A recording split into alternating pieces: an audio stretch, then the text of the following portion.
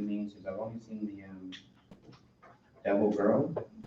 Yeah, that's one. Devil Girl? Yeah, for the being Devil Man, protagonist instead. Protagonist? That was film? Yeah, that's film. Oh, I didn't know about it. I've seen a Devil Woman. That's maybe what I'm thinking of, Devil Woman. Mm-hmm. Hey. Huh. No, I was just talking about it. Oh, okay. We're live. Just Since let you know. arrest. No. You're already live. So. Just working on last minute. Crybaby, that was Graphics. good. And I like the art. Boogie Pop fan? I don't know about that one. Come on, 2000. You might like Sudoku Magic. I used to like Sudoku Magic another person. Hey. What? Really? I'm sorry to I don't really care for like magical girls after all. Oh, I You're thought supposed to be you saying liked happy it. birthday too. Explain why I have like a love hate with like Tatum. Sailor Moon is probably the only like magical girl I've ever. I'm fine with He's looking magic. you I up. hate little girls. You're looking You at need to me. look like Yeah. I don't know. That's the problem for you. Oh. Word. Oh, we're live. Hey. Transforming and their children. I mean, Madoka Magica was amazing. I like Madoka Magic. It was like it was a slow burn one, but like once you got to like what was actually happening, you're like, oh shit. It was dark. Yeah. It was really. No, I'm sure I would love it. I just couldn't stare at those little girl faces. It's. If it makes you feel better, someone gets murdered in like the first episode.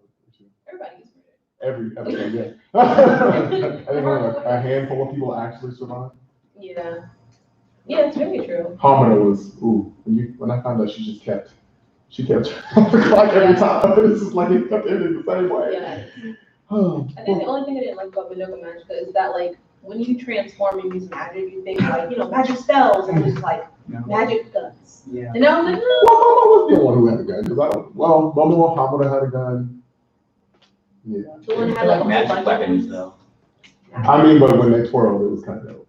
It's cool. when they twirl. I mean, Okay. A good twirl always gets you together. I kind of want you to like demonstrate for me. I've been to enough clubs. Wait, Oh my God. No. I was like, I wasn't an ROTC, so I can't really do it like I would want to. But, You have to put yourself down so you can demonstrate. I was like looking for, I was looking for a prop. What do you mean no signal? Lying, you piece of shit. That's how people go. Lane, yes. So it's right, it's lame, yeah. Mm-hmm. How'd you know? Yes. What is So experiments, man. okay. You were here researching? Yes. Because I knew it, I just ain't know it. Yeah, I'm trying to think of it. It was such an odd like name Yes. to remember. But like, what was she? Was she like? Did she like join to the computer? It was like some I weird. think she like ended up being almost like some techno guy. Yeah, she like It was a lot. Ghost in the Machine type of weird thing. It was very pre Ghost in the Machine. But, Ergo Proxy. I didn't like that. Oh, you ready for somebody to get started? Yes. Yeah, I did like Ergo Proxy. Mm-hmm. You can all I get drinks. like that Just don't eat, actually more please. than Ghost in the Shell. I wasn't a Ghost in the Shell person. That's for my dad. You know, My dad was a fan. I love the movie. The series was good, but again, Classic. techno battles sometimes. oh Lord, this was amazing. I just just couldn't get into it. Mhm. Couldn't get into it at all. Yeah, you make that So make basically, was she a cyborg or an android? Cyborg is like more human. Yeah. With like mechanical. Yeah, she was experimenting. Okay. And most of the people in that entire city So were where's the- cyborgs to an extent, right? And then they just kind of connected into, I guess. So just rename it. Yeah. I never really watched for the story though. I just watched it for the action. It was badass. That was Yeah, the choreography. Yeah, that's You can just drink that straight. Yeah. Yeah, I think she would be good, like control his body. I mean, it's that. I It is incredible. I know about that. I like Leon Fluff a lot more. I don't know why. Like, it was kind of like, not, I think she was a femme fatale type of person Yeah. in Ghost in the Shell, but I've more so gravitated to Eon Plus because I think I like the BDSM clothes you wearing a lot more. Mhm. So I was like, we'll go with that. Yeah. I mean, yeah, Ghost in the Shell was really heady. Like if you wasn't really delving into like the themes of like stuff and That's live. coming on this Right, I was like, if you wasn't using a big rock was going on. I was so mature to Yeah. grasp all of that Yeah, no, at a definitely. young age. I was like, man, So many shades of black and red. Yeah. You said good animation too. That's all I need. And then as I rewatched OD, that's all. yeah. As a child, I was a complete dick. Cause I was like, wow, no titties, no ass, no guts, no blood. Next. You love Boogie Pop fans. Boogie Pop fans. I did like Soldier. It's kind of like That. no. Both my fans. It was like, it was creepy. It was kind of like thriller.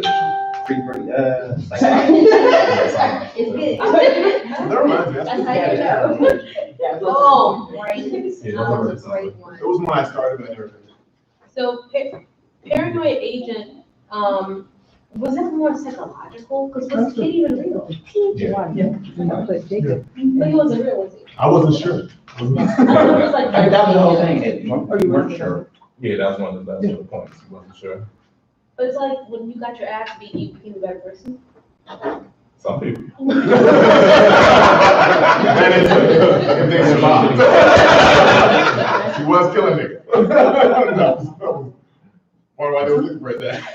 Oh, he was killing him? I thought he just put him in the Same. I mean, I said it's better. I mean, you know, it's a bad, it's a bad movie. A literal bad. Yeah. But yeah, because that was another Satoshi Kon thing. He wasn't really about giving you direct answers. It was kind of like you need to arrive to your own situation. That's horrible. Sounds like a fucking Christian geometry. Just needs to get the. I'm not sure it worked. I'm like, but this is the answer right? Yeah, it's nice. I'm drawing the line to A and B. But tell me how you got to A and B. Nigga, I just told you. I just knew. Like my brain told me, you know. Right. I'm gonna go slide this in the I feel that. You were different. They're fish things. That's why I didn't put the cake in there. And that's on why I shouldn't have said that. They don't know where we are.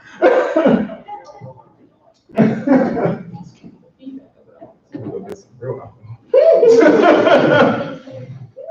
Whiskey. Can I ask you all a random question? Always. Yes. Well, you can put butter on your pancakes and go. I don't.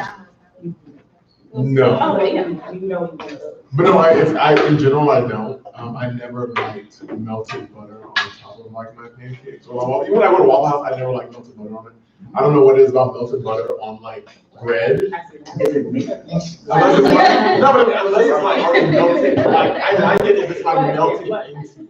But like the concept of melted butter on top of like No, it's melted actually pancakes, maple syrup. it looks weird. It feels weird. I feel like I like butter inside of my pancakes. My waffles. I don't do it. No. I just don't put. I never saw the reason for it, because I've heard, oh, it's like, oh, it adds more flavor. No, it doesn't. It didn't for me. It just It makes did it not really for me. salty. Like it didn't add anything to my syrup. I'm losing my mind See, now. like, Y'all said there's no purpose to butter on pancakes. And I'm like, this shit's dry as hell. You need to put That's some what butter that's on for. it. Thank you. That's what that's for. No, it's not enough. No. This is rude. No, it's not. Jason, go ahead and put this down. Servings, right? And then you gotta lift it up and spoon to the side and put Thank it you, Brad. on between. You can't just put it on top. Then you can't just, you know, you gotta, and then you have a little pool that you can dip it in. But then, see, you got one, if you have the butter, you can't, you smear it on there, but it just soaks in that one. What you throwing up spot. there? You got one little spot. It's first one. No. One little hot. Nah, but we're That's a looking at serving this. issue, How not come a you butter look issue. away from the pancake? You put a whole bunch of syrup, you look away, and it's still burning so good. Yep. Because that's what you call greatness. Hell no. It's why it's called culinary ingenuity. Pancakes have already evolved to be able to absorb the moisture that you're putting on top of them. Traditional. You like all these motherfuckers. Let's pancakes evolve too. I'm with Tiff, I need to see that shit freaking I love some wet ass pancakes like that. I just had it off on jacuzzi on the side. Now, like, I cut it up and I put that there. I don't know what was sticking, but no, that's just too many. So do people always cut up their like pancakes and waffles with like a fork and knife? Because when I'm like by myself, like I'm not around, like when I'm not around people, I'm just like fuck it. Like, Oh, no, we just put it in the cups. Oh, do like taco style? No, I never done it with the fucking I knife. love a pancake too. Just cut that down with a fork and you that's. I like waffles more than pancakes though. That is blasphemy. Sorry. I Oh, we're on the right I side. know. I like the most. They have equal parts on my plate. So. Yeah, sometimes I want different textures. It's a very close call. don't hate waffles, I miss the pancakes and princesses. I mean, that's waffles, I get then it. brioche French toast, and then pancakes is potato French toast. See, French toast is my favorite. Oh, what? No, I'm not gonna say I hate it. It's just not one of my top 5. But hate shouldn't even help your mouth. I'm gonna say I hate it. It's just not my top 5. It's just not. You could do so many French toast. Hey, look who's here! Happy birthday! Hey, you're live. Yeah. Oh, shit.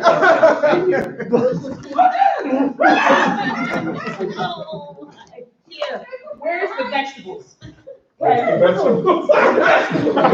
thought of it very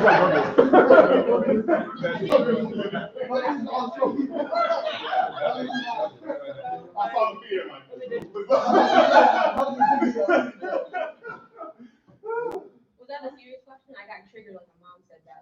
What? Oh, no, no. Oh, okay, I was like, God. No, we don't have. Happy birthday. It's right there. Yes. That's mine. I got some. Where? I put it They're in right the here, kitchen. like a stiff person. My bad. Oh, true. My bad.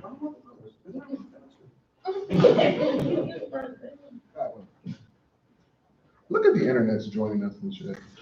Slowly and surely. How many folks we got? Right now, just 7. I don't know. I think separation. So we were having a pancake and waffle debate, and if you put butter on them, I don't see. Neither do I. I remember that question. Oh, this is a real. Well,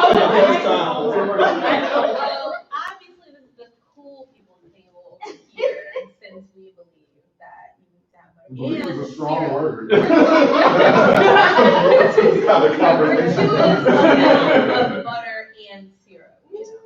You guys. I mean, I feel you, but where are you spending this cool currency? What's that? I mean, there's too many of y'all over there that agree with her, and I just can't rock with it. I'm like, nah, I'm sorry. Sometimes, I mean, you're only on one side, because you don't even like one more than the other. No. Because then you don't even like, you said 8 French toast. It's not my favorite. It's not my judge. It's not. It's like, oh, let's make friends. He loves her. Are you chocolate covered? So funny. Oh, No, but he loves her, so I can't. Oh.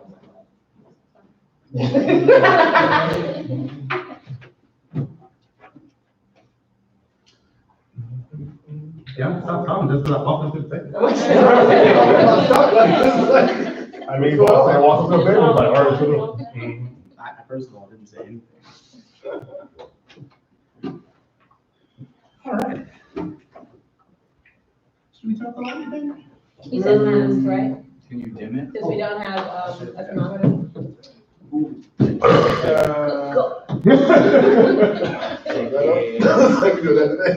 Is Nate allowed to be a mask? I need some love with it. What kind of No. It's just a little surgical mask, that's all it is, ain't got nothing fancy.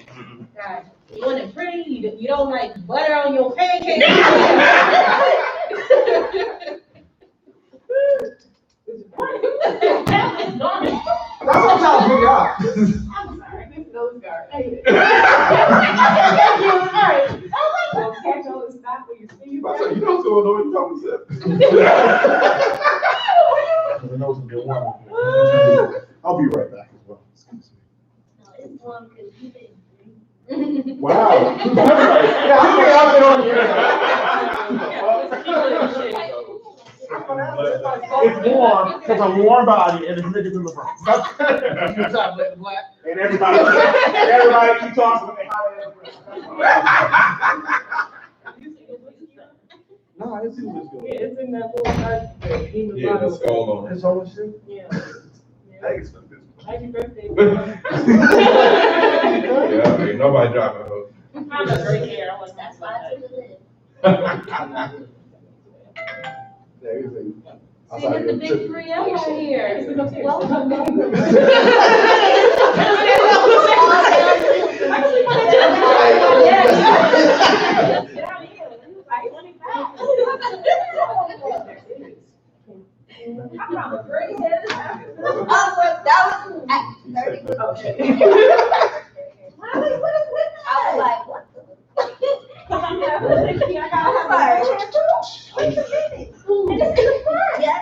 I was trying to explain to earlier times. Yes. You have it? You have It's gonna be okay. I'm gonna give you the other version. Yeah. A mess? I don't know. Yeah. I'm getting ahead of it. I can't live with grandma look today. I know, that's still, they didn't agree. They did not agree with that statement. See, y'all back to the place. Oh, Lord. I know, you're not I'll tell you feeling how that y'all 30 I think there's something in there, but it was like a bag of ice that I wasn't trying to smash it on. I ain't trying to touch nobody's stuff. Oh, there's a few cubes I would've. Yes, I know the nigga. Yes, I know the nigga who did. All right. Y'all hear me? No. Nah.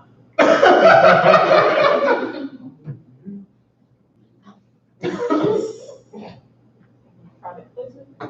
I mean, can I see it? Oh, I guess I can't drink.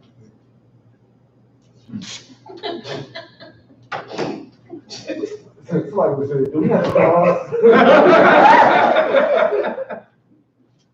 Okay, so, thank you everybody for coming today. Thank you for everybody who's currently on. We got 11 people watching right now. I know we're gonna have much more.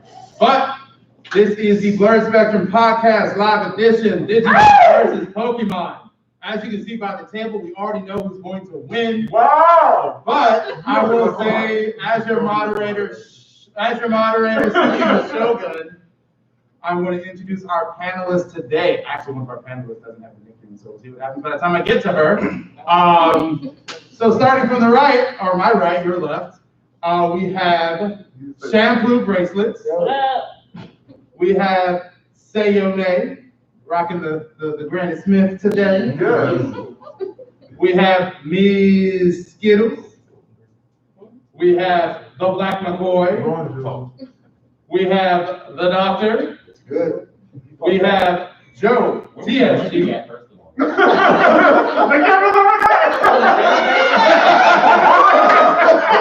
Baby.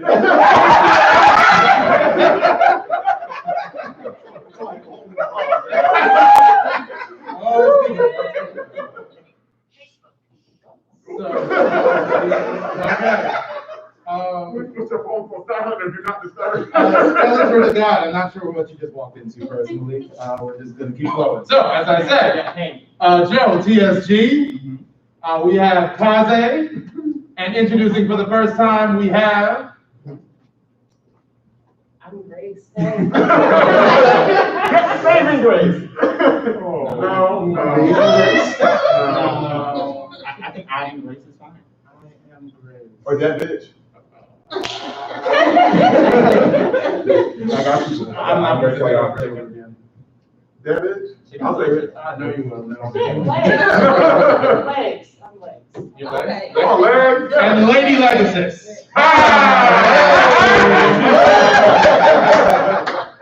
All right, so. So, as you know, if you're tuning in, today is our Digimon versus Pokemon episode. Every single week, our podcast, we go over different topics between anime, gaming, manga, cosplaying, LARPing, cartoons, TV, drama, everything. This week, based off of several episodes we've had in the past, conversations over the years, and just, something that's always been said on the playground, we decided to not necessarily end this feud, but have a heart-to-heart conversation about the fact that everybody who believes Digimon is better than Pokemon is wrong. So, I'm sorry, that's non-biased, my apologies. So we're having a conversation about Digimon versus Pokemon. I don't know if I work here anymore.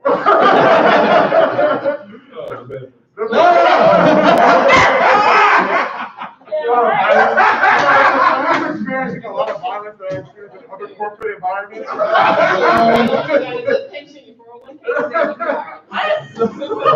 So fat. So we're going to just go ahead and start by going around the table and giving everybody the opportunity just to but to state their case. What is the side that they're on? Obviously, we're not sitting on the side that we may actually be representing, but each person is going to kind of state exactly what is the side that they're on and plead their case for that individual cartoon/anime. And I guess we will start on that side. Come start with you. All right, real quick, you say in case you can give an entire argument or just a. Just say your affiliation. Just your affiliation.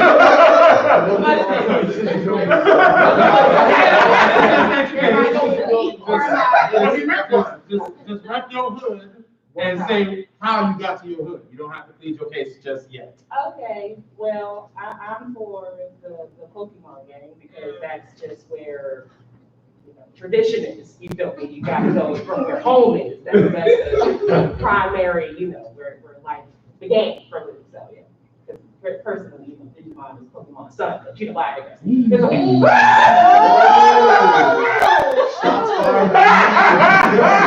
you want to know me, so. I'm trying to give you a badass thing. Give me your own niggas every time. So, Kazan? Yeah, definitely. Seeing Pokemon just definitely came into my life first. It was definitely life changing. You first born. Yeah, always. Ancestral. Low to a fault. I'm sorry. HBR. Anyway. Joe TSG. Don't say that word. So give me our the firstborn dies first. That's right. I have to say Digimon. As far as I'm concerned, I feel like the shows played a bigger part for me than the game, at least for the Pokemon games did, for me. I think they had a better representation of what both shows were trying to convey. Both shows were trying to convey friendship. Both were trying to convey all of these little heartwarming moments, but I feel like Digimon just did it better. Right. So I go Pokemon, the OG. It's really, I guess, I'm basically more on the games, but I think Pokemon for me is so iconic in so many ways, and so it led to the creation of so many things. I do like Can you Digimon eat your butter with your pancakes?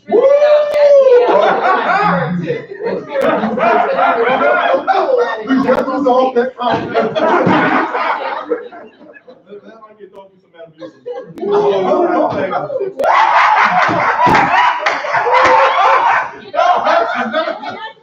I think all the butterscotch and strawberry candies for you, but I guess I'll just bring it back and put it in my fridge. Oh, you'll forget. But I said my message today, boo boo, I don't remember. That's all right, we're gonna start talking right now.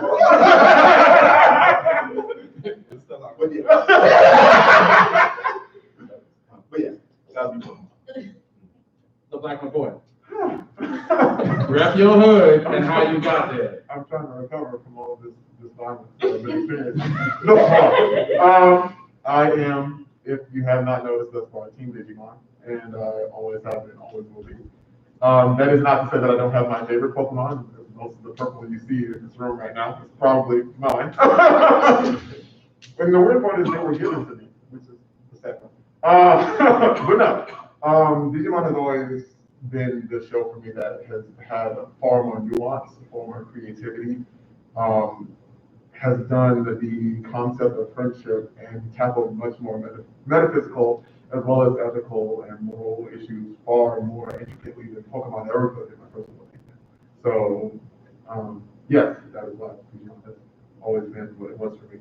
As well as the ability to have a consistent continuity that reflects so much more outside of more protean ideals when it comes to what it means to develop relationships with other people. Yes, honey. Yes. Oh, that's your hood and how you got there. You know, I'm part of that. Did we miss? Oh, that's all we missed, but that was just the beginning. Miss Skittles. So I'm seeing Pokemon. Yes. I'm sorry. but not really. You gotta have somebody on the inside all the time. Pokemon, I mean, I just grew up with Pokemon. I played the games, I watched the series, I played the movies. I mean, the whole album came out and I was in middle school with the kid. I was like, so, I mean, yes. Sometimes that album almost got me in trouble. What? Cause you remember the song, What Kind of Pokemon Are You? And they were like, wrong moving, it'll kick your grass. No, I was like, this is ass! I was like, this is grass. It was grass. Say your name. Well, I am Team Digimon, and because Pokemon is for children, it's for more mature people. I mean, you know. You actually, 2 years ago. people actually, I guess, you actually saw death in Digimon. Yeah. You saw more. Persistently.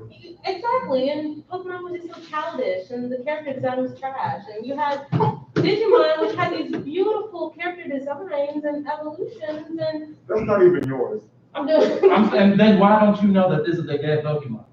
I'm sorry. And we ate Pokemon, but go off. Right. Go ahead, continue. Reaching, but that's, I mean, but even so, Digimon is for the more, I would say mature audiences per se of children. The ones who went to bed on time. The ones who did all their homework. Whereas Pokemon children, they just ran around and just peed in the grass and some weird shit.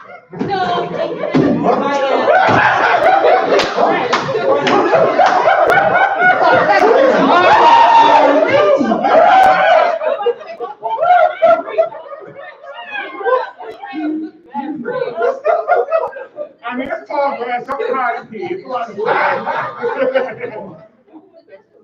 I'm saying. Because I want Pokemon. Did y'all know triggered? I'm so sorry. Not at all. I just forgot my repel. I didn't know I needed it. All right. Shampoo bracelets. See, when you get time of Pokemon, you can rebel.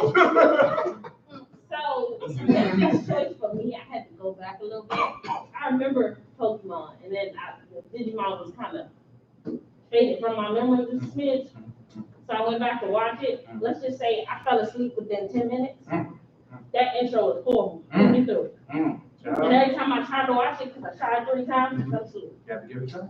So I'm going back to my first love, Pokemon. You know, remember the little gold Pokemon card that you used to try to collect? Yep. Yes. Oh, the ones from Burger King. Right. Attainable. And then Where they were like 6, and everybody didn't get all of them. That's like all of them. 5 and all of them. Oh, Lord. I know. There's only black on black crime we got here. And then I played the game, and then our kids are watching Pokemon. So, you know, Pokemon in the house. Generation. The impact. I not gonna lie, this is kind of difficult for me. I want to say fuck both sides, Monster Rancher.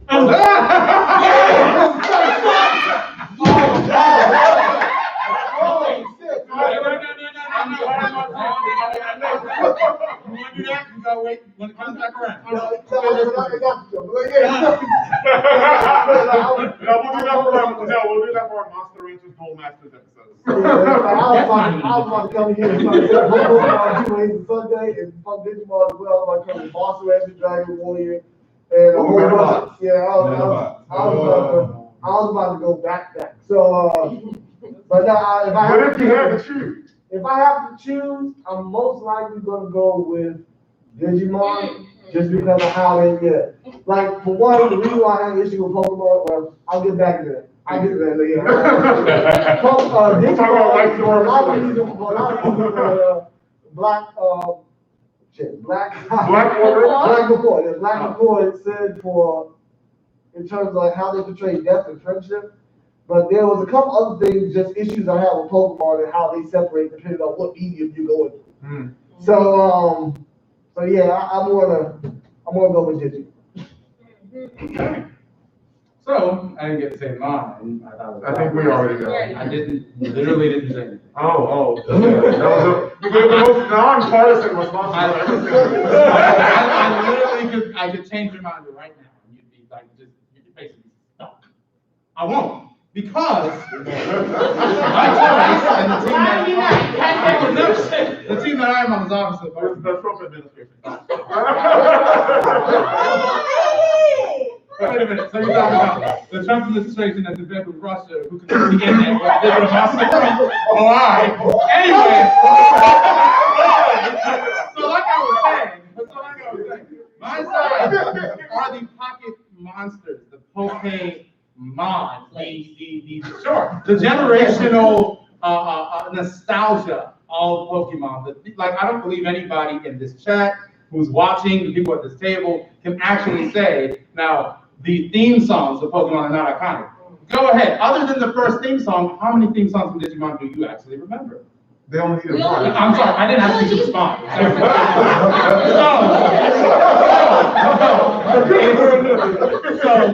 Let me get my blanket.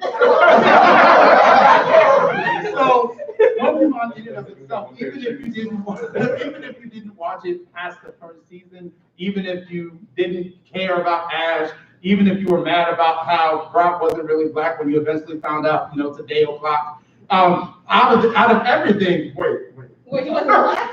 He wasn't black. That didn't want to minute. What? Korean. He's not black. The people working on the life skills were quite proud. They were quite I mean, that's all. but it's because of the Okay, yeah. like Indonesia. You see how we want a representation so bad? I thought he was a really tan Japanese man. I thought that was Oh, okay. like, I mean, I'll focus on his eyes. So, this is like Snorlax things in the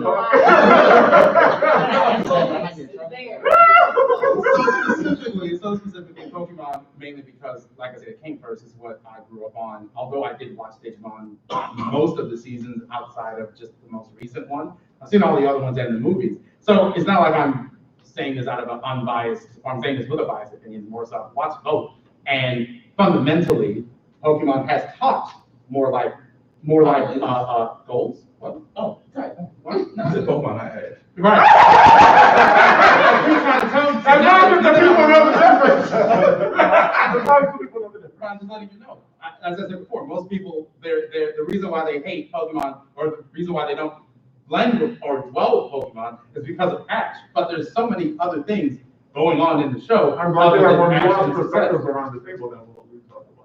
I'm sure, but as I've said many times, and I will say again, Ash actually won tournaments, 2 specifically, that are the most important. That's very true. Only the I'm sorry, first of all, Ash don't cheat. Yugi cheats. Ash don't cheat. Yugi does.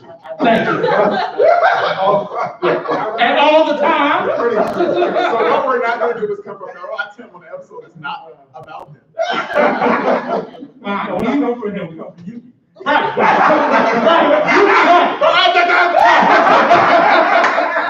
I'm going to bring myself back in. Because this is not what this is about. But if we need an episode, then we can have it.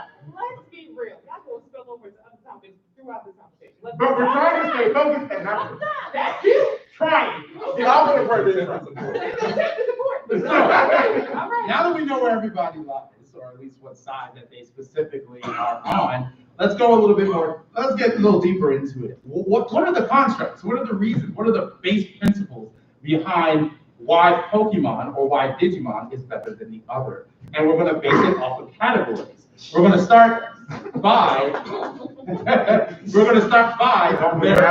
their partnered merchandise. So we're gonna start categorically with games, between the Digimon games and the Pokemon games. Those who have experience in them, let's go Digimon first. Why are the Digimon games better than the Pokemon games? So one of the most common misconceptions that we've already heard at least twice around this table is that Digimon has always been this kind of like this great value version of Pokemon, but in actuality, Digimon actually didn't start. They started in the same year. Pokemon was like February 1997. Digimon came out around June 1997. This was like back in Japan before it even made its way to the Western states. Over there, now. Right. Over there. Oh yeah.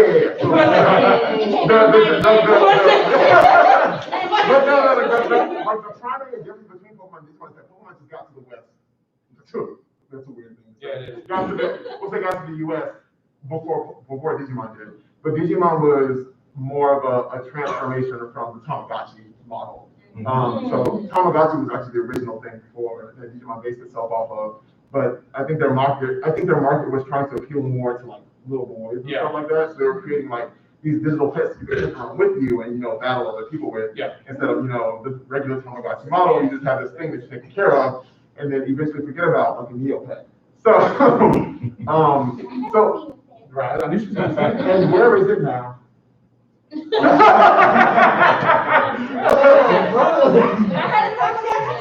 And they all did. That's fine. But it's interesting because I would say some of the Just like it did, They're digital monsters, I'm just saying. But anyway, no, like one of the primary differences between them is not simply just the kind of immersion, the origin story of both of them is drastically different, and it's weird. And I think it's weird to compare how they started or which one got here first.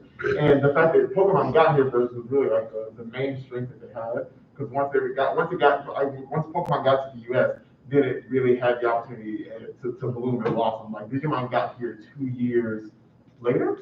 And that put everyone in the, I would say it put Americans in the position to think there was something that was just a great value version when when information wasn't traveling as quickly as it could have in that time, to inform people that no, this is actually something that started practically about the same time, just from different origins and different concepts. And as far as games go, I think that as we have said in the previous episode, anyway, as I said in the previous episode, like the Pokemon games have had a very consistent model, or I'll say like a baseline that they haven't fully gone away from in ways that were 2K sports. Yes, that's pretty much what it is. It has the baseline of any sport team that you would probably play. Madden, everything. The only thing that changed is the hair color. It ain't nothing. And much like those models, it's been a successful model because it's more of the same. The thing that I would say the differentiation from 2K is that they continue to introduce, relatively extremely like operative word, new concepts every time they come in. Some of them being a bit more gimmicky than I think than others. And Digimon has never had to do that in my opinion, because they've always had the foundation to have a much more expansive lore when it comes to their video games. They've always had the ability to evolve in different directions and fuse and unfuse, and have these different ways of, for all the versus data versus like tangible monsters or tangible creatures in the same universe versus a parallel one, to evolve in ways that make themselves distinct from what it means to be basically the wild area that is, in Sword and Shield. So the games I think for Digimon are better, because I have a personal investment in like more adventurous, gaming concepts. Like I remember, I think it was going on Black and White when like people got the chance to move it in the diagonal direction. It was like a really big thing, and I was like, we've been able to do that in a lot of other games for a really long time. I don't know why it's that big of a deal, but I'm glad that it's something that we don't have to walk in. Like a snake pad on like a Motorola. But yeah. That's partly why I think that the Digimon games are better, because there's a lot more going. There's always been a lot more going on there.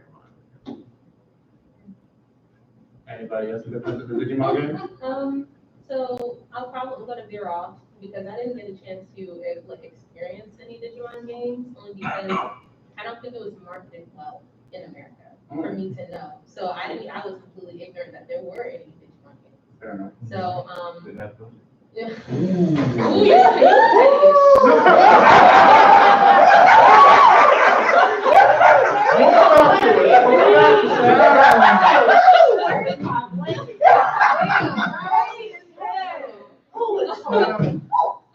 So even though I didn't enjoy watching Pokemon, I did enjoy playing the game. And I think because it was just more accessible and it was just, being advertised a lot more. And so playing it was more interactive for me. It was like watching Pokemon was like watching golf. Like I just couldn't connect. But like if I play it, then maybe, I'm like, oh, okay, this makes sense. So that's kind of how it was for me. So playing the Game Boy, gives me nostalgia. Seeing your characters grow and evolve, which was, for me, it was nostalgic for me. But that was the only tangible thing I've gotten from Pokemon was playing games. Besides that, it is very interactive with Pokemon Go. And it was very revolutionary in a way.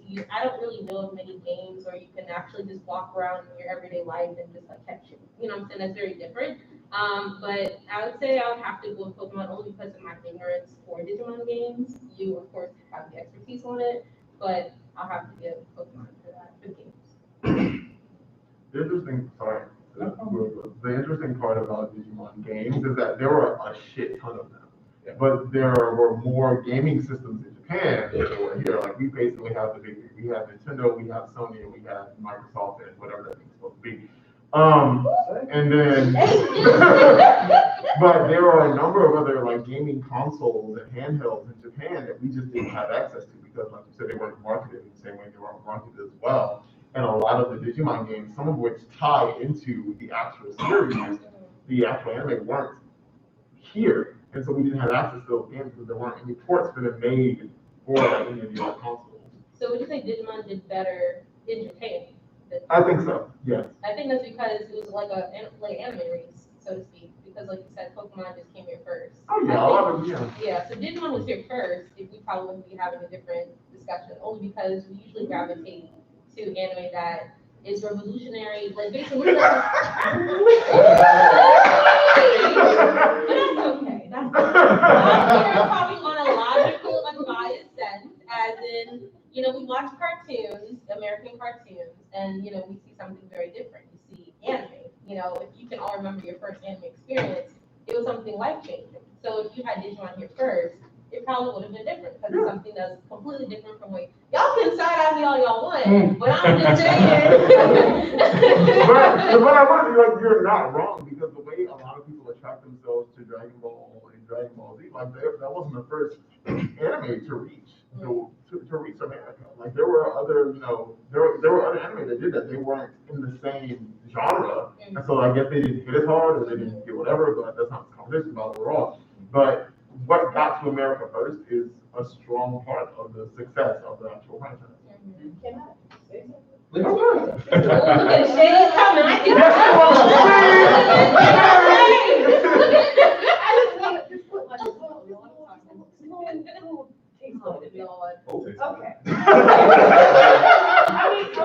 Okay. I gotta say it where it's that, okay, it came here first, that's why they got, the biggest platforms, stuff like that. I agree. But if it's so good, as you guys have, abundantly have said, it shouldn't have just taken over. If it's so captivating, as you say, it shouldn't have taken the hold as it did. It should have been just as revolutionary, if not share the platform, but as to be on top of it. It should not have, especially with like cartoons that come back to back, whatever. We still remember the origin, but we still know that that one is basically kind of better. If it is better as. I have a response, but Mike has. Yeah, Go. So here's the thing about that, and that's more because of what America likes. Americans built on consistency. It's like we like consistently knowing, all right, this is what we get into. The reason why Call of Duty does so well, the reason why sports games do so well, is because they're the same game. Maybe a little change here, they add a shot stick here, a hit stick there, stuff like that. But with Pokemon, it's literally, with Digimon, it was the thing that they were trying sometimes too much. Like the last Digimon game that came out doesn't play like the other one, and it's almost a mystery game. The monsters are important, but they're not the main attraction anymore. Where Pokemon, the monsters are always the main attraction. You always had a Pikachu. You always had something like a Pikachu. You always had a Pidgeotto, something. You always knew the monsters. You always knew mechanics. You always had that unnamed dude that started out the youngest age possible that left his home. Neglected and ran across the country to different gyms. You know, it's like I'm saying everything. Yeah, every time. Yeah, all right, cool. But like, that's because Daddy wants it home, and she needs to get it in sometimes. She needs to have space. Sometimes. Something don't have parents. Single parents. I don't think Digimon's parents did anything except stop them niggas going outside like in the same world sometimes. Exactly. It's actually important to get a computer around and you have issues and fuck. I was only one story. That was the story that was the main story of the cartoon. Pokemon always had that patriarch. It was like you always had the kid that went out, his enemy that was probably related to the main. Which eventually became either his or her. Yeah, his or her. And then you had a version of Team Rocket in some way, shape, or form. Different colors. They might change up the colors every once in a while. They might be gray and red one time and black and white another. But they were also changing their motive. And they always change their motive as well. So it's like it was always the same story. It was always the same type of archetype. Digimon never did that. For that reason, Digimon was always looked at different to everybody. It was like, oh, some people might like this version. Some people might like this version, but not the other version. Some people might change up. So it wasn't so much that Pokemon was just such a better story. It was that Pokemon was just more consistent and better for us. That was it. And that's why it ran so much better. Western culture as a whole just like that. So it's the thing of now you have Digimon, which is constantly competing to find its niche, when really it's always different writers. So each and I will say that each writer has always done something so different and so creative that the market or the fan base for Digimon has always been in support of whatever's happening, because they always, in some way, shape, or form, stay within the canon of the actual show or expound on what's actually happening. And then Nintendo knew how to sell it. Yeah. Like it was on everything.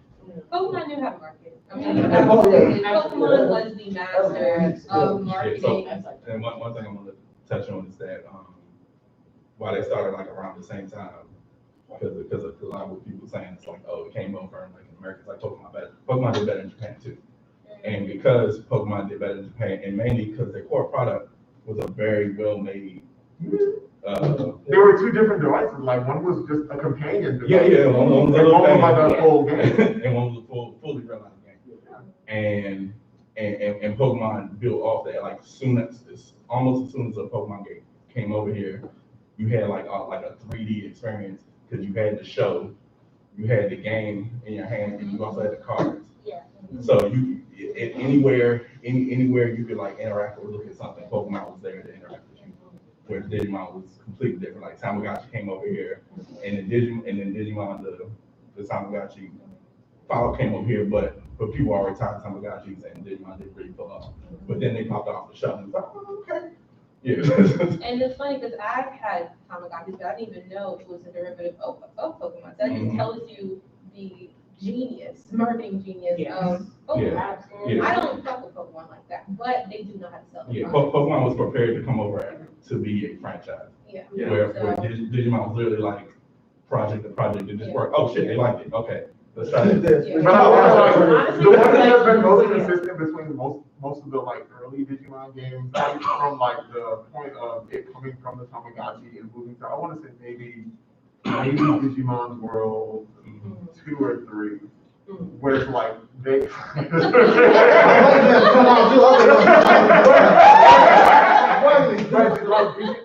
I know like the very blatant differences were like in Digimon, like they will push this idea of care that Pokemon didn't instill until a lot later on. Because like it wasn't until fully later on, especially when it came to Eevee and the different evolutions, where it was like, if you want this kind of Pokemon, you have to do these kind of things. But like Digimon did that very early on. Like if you want to foster this kind of creature, this kind of relationship, then you have to take care of this creature in a very specific way. Because like if you didn't like say if you had Agumon and you wanted to get like a Greymon, and if you didn't do or actually let's go back. If you went to the baby state, if you went to like the in-training state, you went to like a Koromon and you wanted to get to an Agumon, if you didn't take care of it, if you didn't take it to the bathroom, if you didn't train it, if you didn't make sure it was okay, if you made sure you didn't feed it, if you didn't take care of this thing that's supposed to be with you, supposed to be your companion, then you would inevitably fall into the virus type Digimon instead of like the data type or whatever the other type.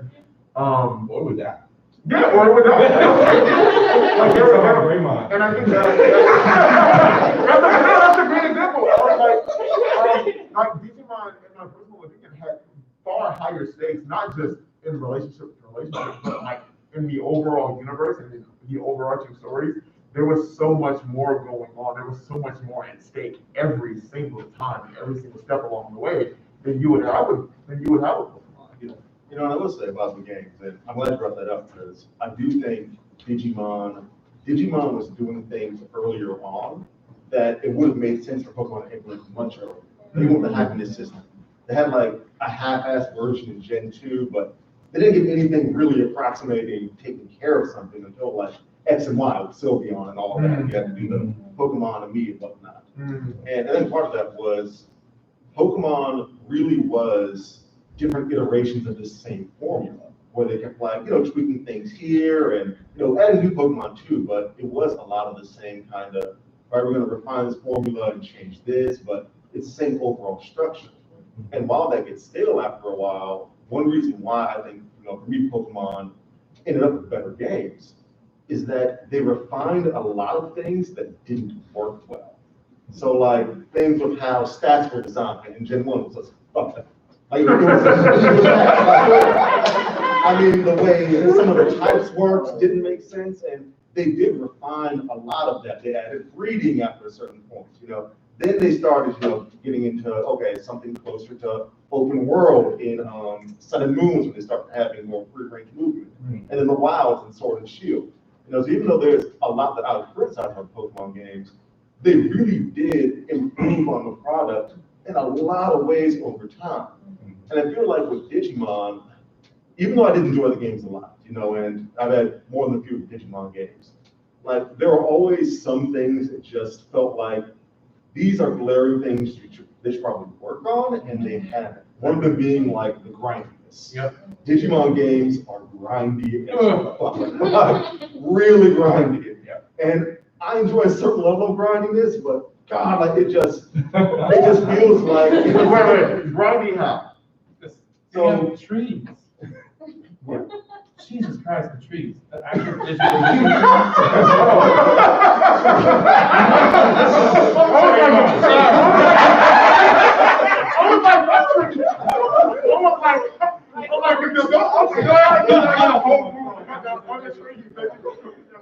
Just how deep, like, I was actually just having this conversation with Kaze the other day about just skill trees in games, and that's one of the reasons why I don't like skill trees in games, is Digimon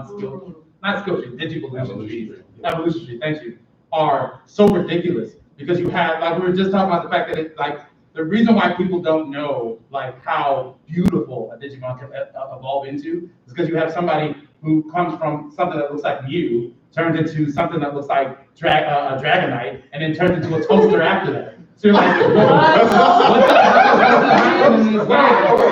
I'm just saying. The reason I like Digimon trees better than I like Pokemon trees is because Call it tree. look, since you threw the word out there, I'm using the word. That's not, okay. Okay, since I'll say potentialities of Digivolution.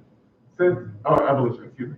Freudian slip. Anyway, no, the reason I like Digimon better is because Digimon Evolution is tied far more to accountability than Pokemon Evolution ever will be. And the only thing for me that allows for that, those varying degrees of accountability and choice is Eevee.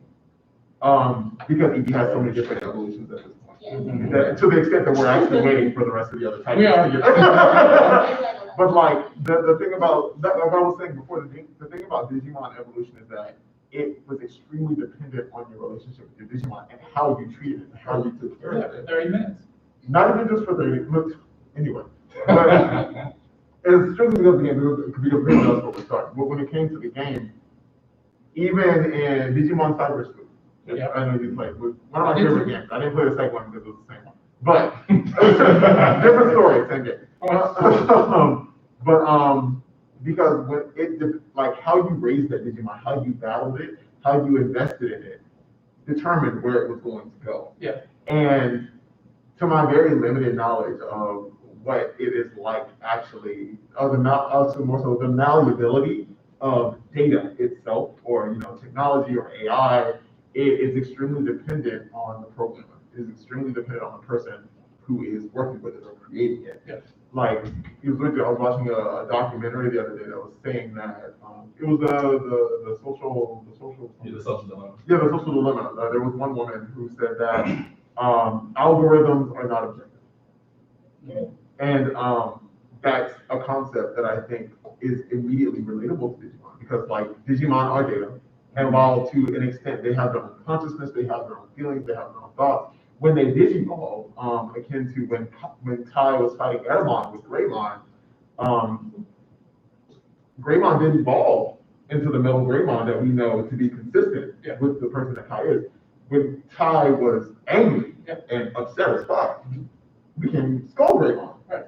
And he didn't know what the fuck happened. Right. And that's, in my mind, that is akin to a programmer in some way, shape, or form. This is a bit more of an extreme example, creating a racist algorithm and not realizing that it was a racist algorithm, or creating a problematic algorithm or a discriminatory algorithm, and then it turning into something on its own, and not having the power to really control what happens afterwards, because Skull went on an essential rampage. Yeah, I mean, for all intents and purposes, everyone got his ass beat and was like, no, fuck this, I can't do this no more. So it worked. Skull great about this episode too.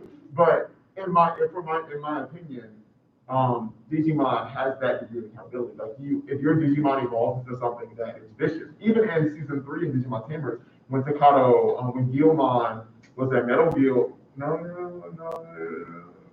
when Guilmon evolved into his Mega Evolution, became a Hydramon, instead of becoming Gallantmon with a bio merge, after Leomon was killed by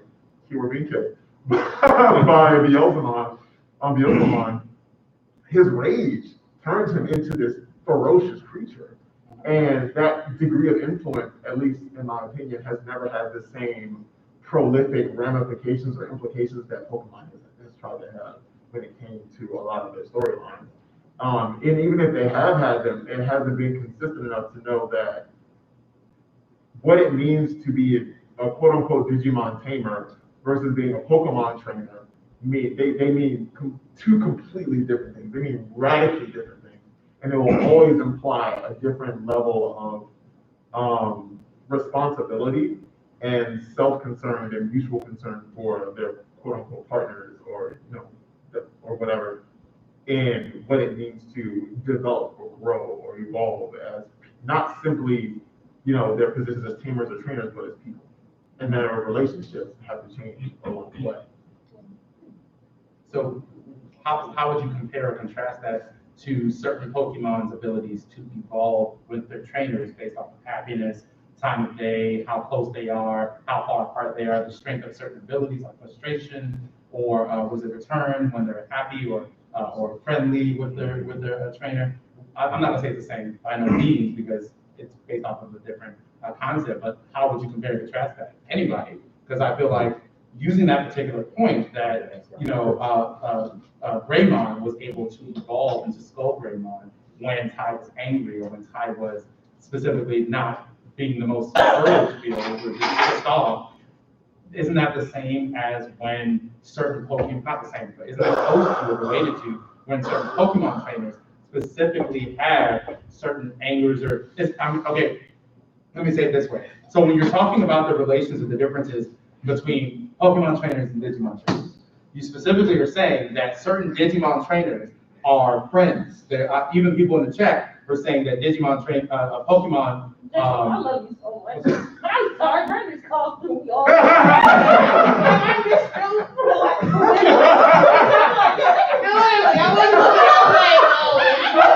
Because he didn't like, I thought his throat was scratchy. I was like, all right, bet. But then he kept on like, all right.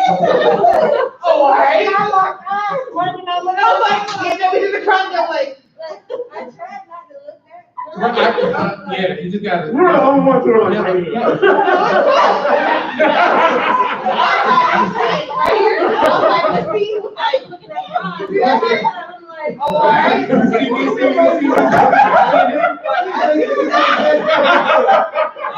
see y'all see me. Why are I'm not tripping. You tripping? All right. I ain't no mathematician. So. I just say, I'm not lost. Okay. Let me try to restate. So what I was trying to say was, as it pertains to how we were looking at Digimon, as it pertains to Digimon tamers and Pokemon trainers, Digimon tamers, a lot of people have been saying, are either friends, they are caretakers, parents.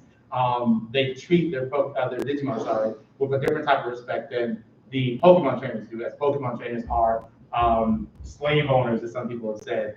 They are pet owners, as some people said in the chat. One specific person, Lorenzo Simpson, said, Digimon, wait, let me read all of it. And he specifically said, the goal of Pokemon is just to catch all of them. When Digimon link up, it's to save the real world and the digital world at the same damn time. Digimon can evolve to a stronger level just for battle and then go back to their key forms of Pokemon, and when they evolve, they're stuck like that. So with that, I'm basically using that as you were specifically saying, I was saying, that's why I said for 30 minutes, Digimon can be perfectly capable during that period of time. But there have been times on Digimon where both Digimon time out at the worst possible time. You sitting there like, Palamon, what you about to do? And I would say that, canonically speaking, that ties back to how you take care of yourself. So it's interesting that there have been like episodes where they're like, we need to Digivolve. But Agumon specifically, like any shonen protagonist ever, is like, nigga, I'm hungry. I need some food. Which is hilarious, but it's like, yeah, if you need to get this power boost, if you need to ascend, if you need to put yourself in a position to be in this kind of savior-like, role, then you need to be not treated as such, but like you need to be in a position to be taken care of. Yeah, but Pokemon are the same way, and only Pokemon in the anime sort of sense. I mean, how many people have been pissed off about the fact that Pikachu can beat all types of rock and steel and ground type Pokemon when they know it's an electric type Pokemon? I call that plot on there. Okay, I'll give that plot on there. so That's fine. I also got the same plot. When the show is low-key named after you, and you're the mascot of that show, you have some plot on there. Exactly. I mean, we have Mimikyu, who is. You got a sprinkler instead. Wow. We have Eevee. No, I won't deny Pikachu is overhyped, but I'm just saying like, specifically. okay. In the two stories, in the two polarizing stories or shows, Digimon and Pokemon have done things that are outside the realm of what they can normally do. Like comparatively, I would say, I don't like playing the Digimon games because they lie to me more than the Pokemon show does. I don't know that. Okay, so when I played, like, first of all, the first Digimon game I played was Digimon Rumble Arena. Was that it? Yes. Yeah, throwback. Yes. I think that was one of their first fighters. It was a phenomenal game, high octane. You can Digivolve from Gatomon all the way up to Anjumon. Well, you didn't know the frustrations of Digimon World 1. Ooh, child. So it was a phenomenal game, but then I was like, oh, gosh, they're gonna make another one. So I think the next game I purchased, I don't think it was Cyber Sleuth, something way before Cyber Sleuth, but it was a Cyber Sleuth kind of, you grind and build this, all these Digimon, I'm like, why am I doing this? I just wanted to buy Digimon. Then when I fight them, it's kind of like, one shot. Three shot. If I wanted to do that, I'm like, yes, and I did. Anticlimactic. Completely. So for the Digimon, supremacists, what makes Digimon better than Pokemon? Just throw it all in and you throw it shade. That was not shade. I did not throw lock shade. eyes with me.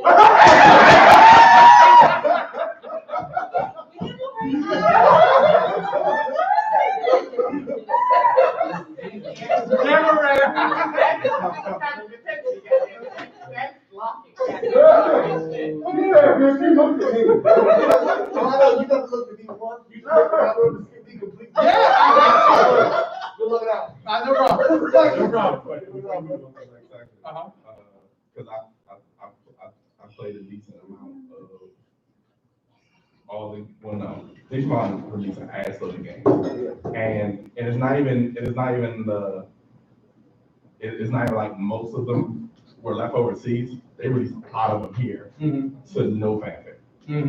So they hear, they didn't say shit. Honestly, to go back off of your thing was like, I never.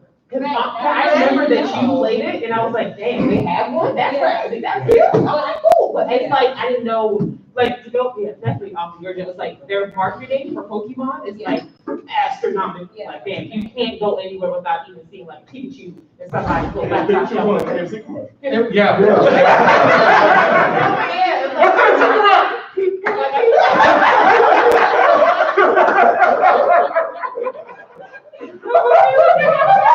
I mean, I feel like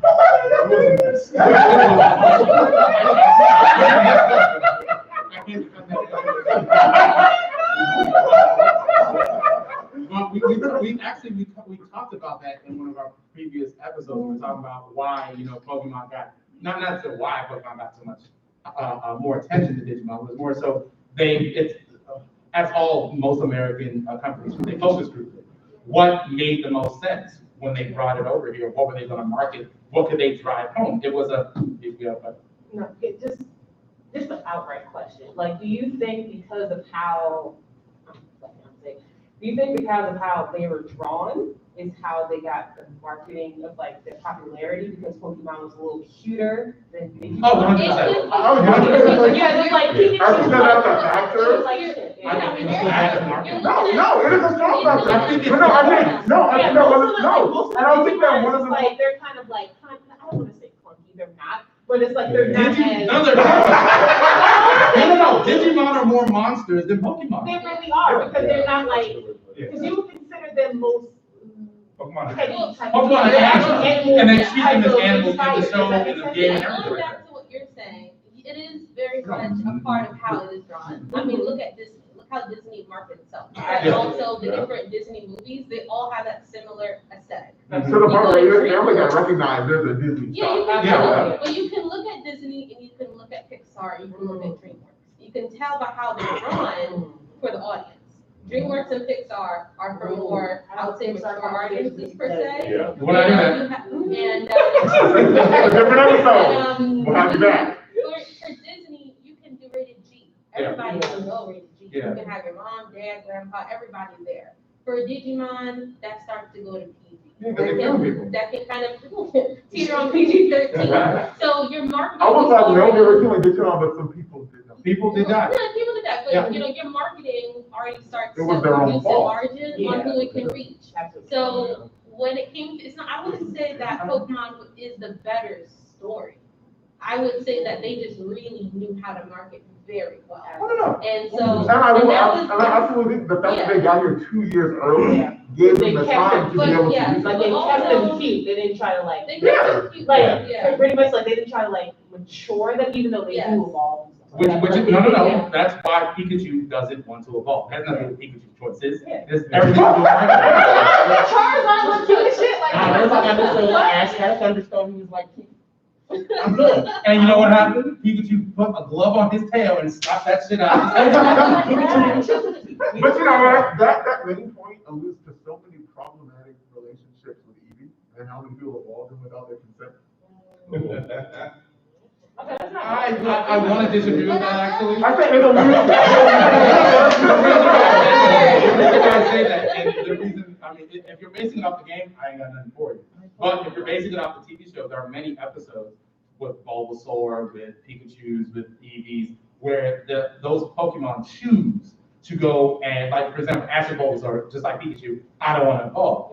But there was an episode where Ash, I think it was right out, either outside of Celadon City or somewhere near there, but there was a forest, a jungle forest, where Bulbasaur would travel from all over the place to gain this special pollen to evolve into Ivysaur, and Ivysaur trying to evolve into Venusaur. Because fundamentally, they're still plants. Yeah, they are. And new series?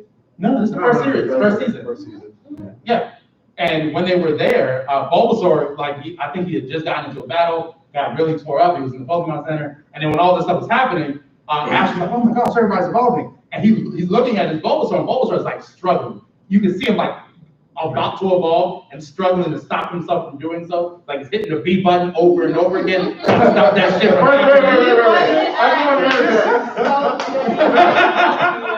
I have the utmost sympathy for any person who played Pokemon and accidentally hit me. When that shit was about to evolve. So, like, Bulbasaur is trying to struggle not to do it, and you know that happens several times during the show. So, just based off of your specific point, there are times inside of the anime where they showcase the Pokemon going on their own choices, on their own prerogatives to go and evolve. They travel far and wide to find stones, to find partners, to get like. I'm still upset about Butterfree and Pidgeot. Like, what was the name of the episode? Butterfree. Ash let niggas go is his own. Yeah. You know what's crazy though? They recently had an episode where he went back and saw a lot of his old Pokemon, and they was just chilling in the places where he used to be. Like he went to different islands, and they were just like there. You know? What's good, nigga? Oh shit! You still 10 years old? Oh shit! Look at you, the same day I left you.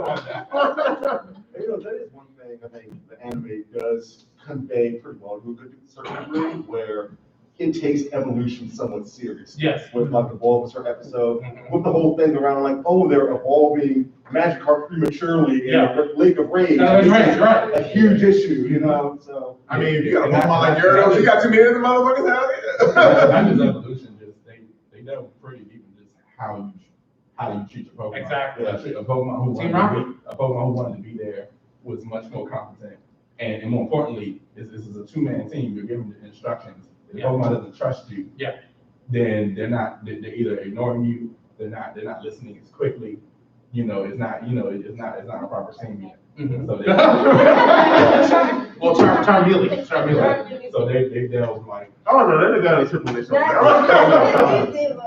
Yeah, no, and matter of fact, Charmander was like super fascinating to me, cause he like save that nigga out the rain. Yep. I saved your life! Why are you acting like this? I'm sorry, but That shit still pisses me off.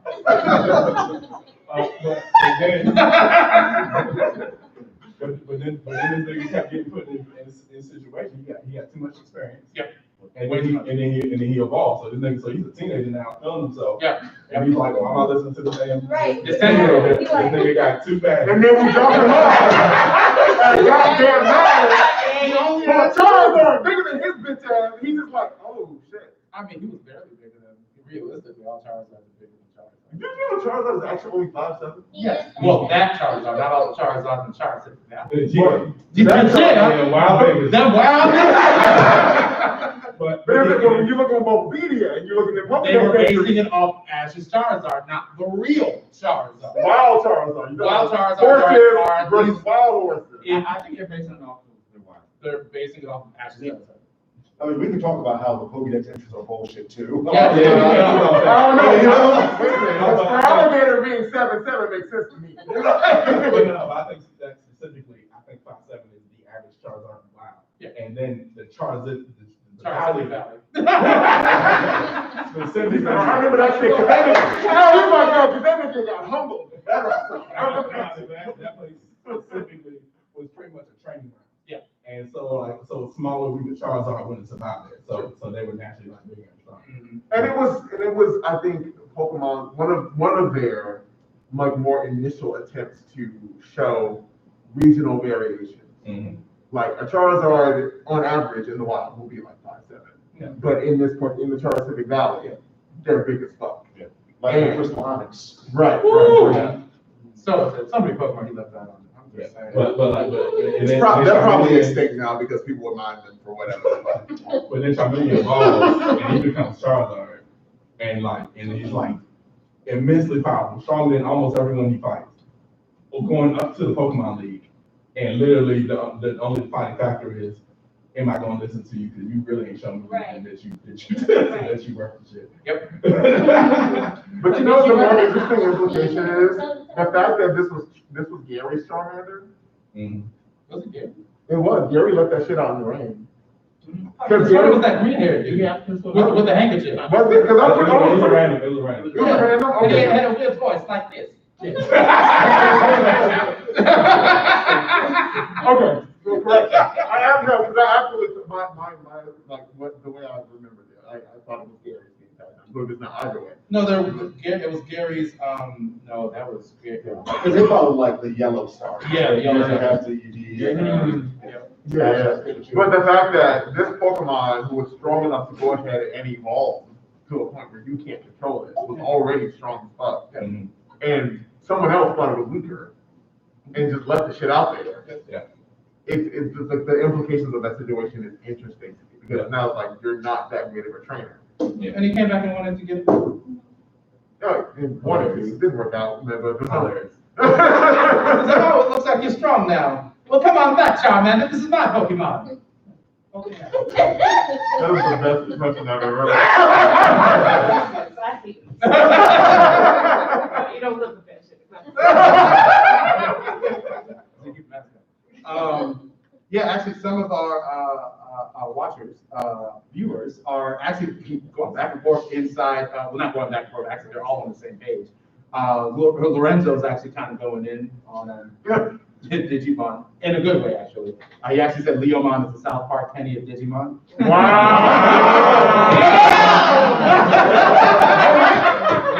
Lorenzo! They have done Leomon dirty since day one. I have never seen Leomon evolve in the main canon into Saber Leomon in the way that he should have. Yep. Wow. Yeah. And every time he was about to, he died. Yeah. And the sad part is in season 3 they used his death as a fucking plot point. It was a good plot point. It was. It was still painful. Okay?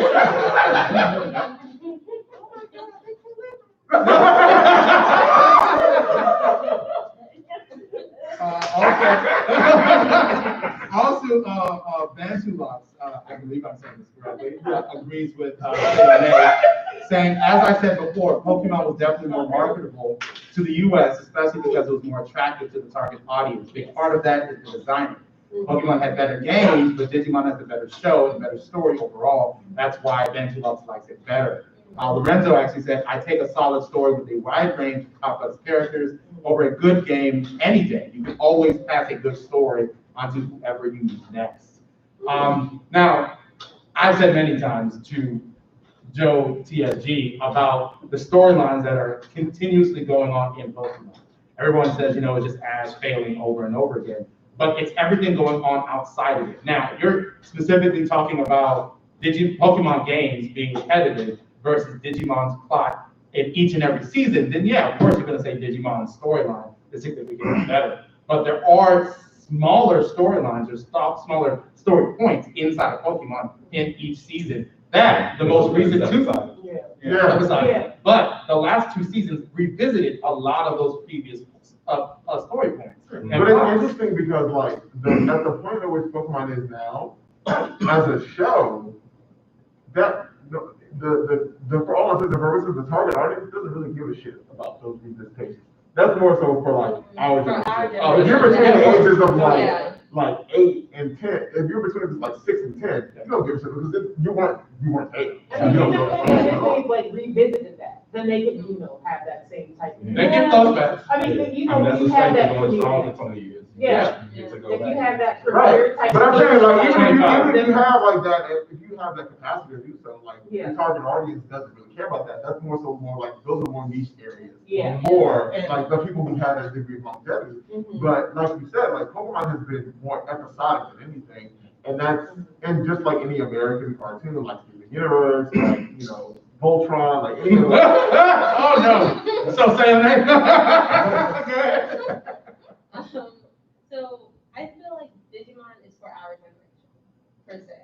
And Pokemon has done well with keeping it, I guess, more generational. Like it keeps Yeah. evolving. So Pokemon was there when we were kids. And then, our children's generation knows about Pokemon. But I don't think our children, if you have kids, like this new generation, really knows about Digimon. Like my nieces don't know who the fuck Digimon is. Yeah. They're like, what's that? Like I don't know what that is. Is the Digimon a Pokemon? Right. Is that a derivative? Yeah. So like, so I feel like, even like our children's children will still know Pokemon. Yeah. Right. And so, like everybody will know Mickey Mouse. And Mickey Mouse has been on this earth for what, almost like 100 years now? Yeah. So 1900. I would say 1900. Oh, it's more 1930s, more Yeah, 1930s, 40s. even Betty Boop, I mean, that's not Oh, our generation. You see what I'm saying? Yeah. So they have done well with constantly reinventing themselves, Mhm. whereas Digimon kind of fell off with that. Like I would say reinventing for the new generation to catch up and grasp on. Oh, that's true. Yeah. That's what I thought. Yeah. Y'all must jump on. So yeah, I would say they just kind of fell off the board with trying to, all right, well, our generation is what, in our 30s now or close to it. And but what about the generation afterwards? Digimon just kind of just like left it off for it's our generation. Yeah. Kind of like sort of Sailor Moon because the stronger Sailor Moon advocates are our generation. Yeah. Advocates, And, yeah. of course, yeah. I mean, it's not like they didn't try. It's Yeah. just that it kind of goes back to what you guys were initially saying about when it came. I'm sorry, you were next. The power of nostalgia. Oh. Yeah. Yeah. Yeah. I think that Pokemon is heavily driven on nostalgia. I was going to say, I feel like with Pokemon and Digimon, the core audience hasn't really, I mean, it changed as far as Nintendo is trying to advertise to kids. Yes. Mhm. Always. But these kids have now grown up to now be adults Yep. to get their children into Yes. now Pokemon. And I think that is what has really kept Pokemon on 100%. for the plus 20 years. Yeah. Whereas Digimon, if you were a fan of it as a kid, chances are, if you have kids now, you would probably push it to them, but the kids probably won't be as interested. Yeah. They're like, I don't see these characters. That's how they interact with it. Yeah. There's more And then like marketing. Pikachu has it's easier to, I think, digest for kids. Easily. It's compared to all of them. It is Like, simpler, my yeah. 3-year-old walking around talking about Pika Pika. Mhm. Yeah. Right. Yeah, I'm like certain like, No, I can see the trigger. I was having a conversation with them, and all I hear is Pika Pika, Pika Pika. I'm like, is everything okay over there? And for me, Yeah. I was, and for me, I was a big dinosaur kid. So that's why Agumon Yes. stood out for me. Yeah. So with Pokemon, I like Dragonite, but the evolution, the thing is the evolution always bothers me, but I feel like we're gonna get there. We're gonna get there. We're gonna get there. So I'm not. I mean, Yeah, we're gonna get there. there. And just to kind of go back on that, with the nostalgia, I think with Pokemon, everything that a lot of our age group hates about the show is the thing that they're using specifically to market to the younger kids. People keep saying it's repetitive, people keep saying the Ash is still 10, people keep on saying it's the same storyline over and over again. Well, the reason why it's going over and over is because it's not for us. I keep saying it. It's not for us anymore. It's for the younger kids. They're reintroducing it to the next generation. But with Digimon, My nephew is like, so he likes Pokemon. mhm, I mean, we have shown him Pokemon and Digimon, but Pokemon is what. What's the rules? Yeah. Same. Yeah. So I want to apologize to our viewers right now because what I'm about to say is about to be really extreme. Why are you about to say that? Because I can't help but it's on my spirit. It's on his So spirit. just based on, It's on his spirit. just based on that part, just based on the explanation, the Pokemon as a franchise sounds more like a predator. Who like once you age out, it doesn't give a fuck what you want anymore. Because there's another age group. There's a whole other population that falls into that age group that they want to target. That's not you. So what you literally just said. But we just had a whole conversation about nostalgia. Right. So they But no, that leads to my next one. The primary difference between Pokemon and Digimon is Is that. that Digimon is the soccer that was your high school love that kept following you until you Not at all. and found you on Facebook and decided to send out another text message to see if you're interested? And then you saw the anime and thought, oh damn, maybe I am. I had a response for that, but I'm gonna keep this to myself. But Huh? Yes.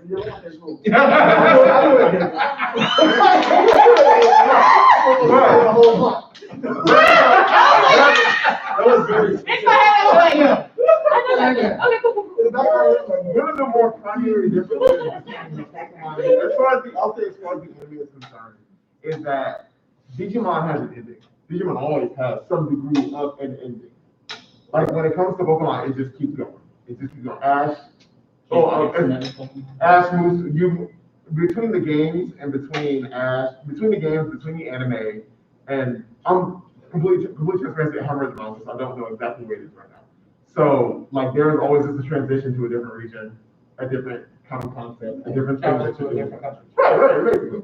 But with Digimon, like you follow these kids who you met at a very young age, and then they have, I'll say, the audacity, the gall to mature, to grow up, to go through their lives. Sorry, Lorenzo said something else. Lorenzo said the only thing I'll give the Pokemon show over Digimon is that they have way more characters darker than Chipotle.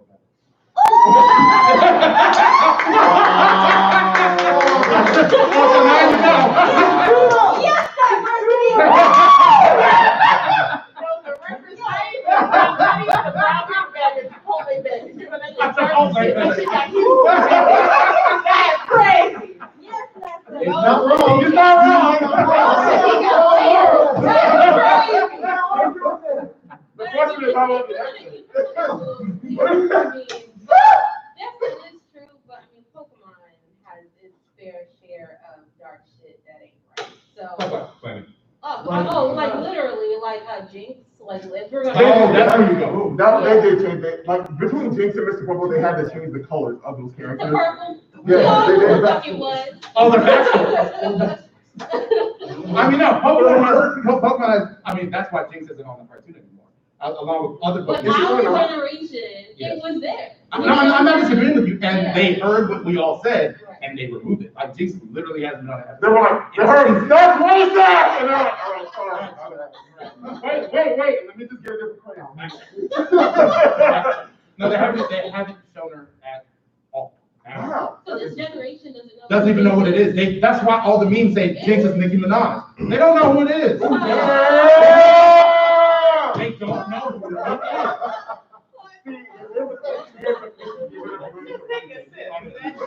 I'm just telling you what the memes say. But no, like I was saying before, like the kids that we met in Digimon in the original season had the audacity to grow up, to mature, and we got to see how their lives. There you go.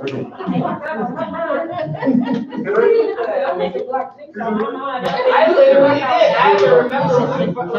Yeah, like that.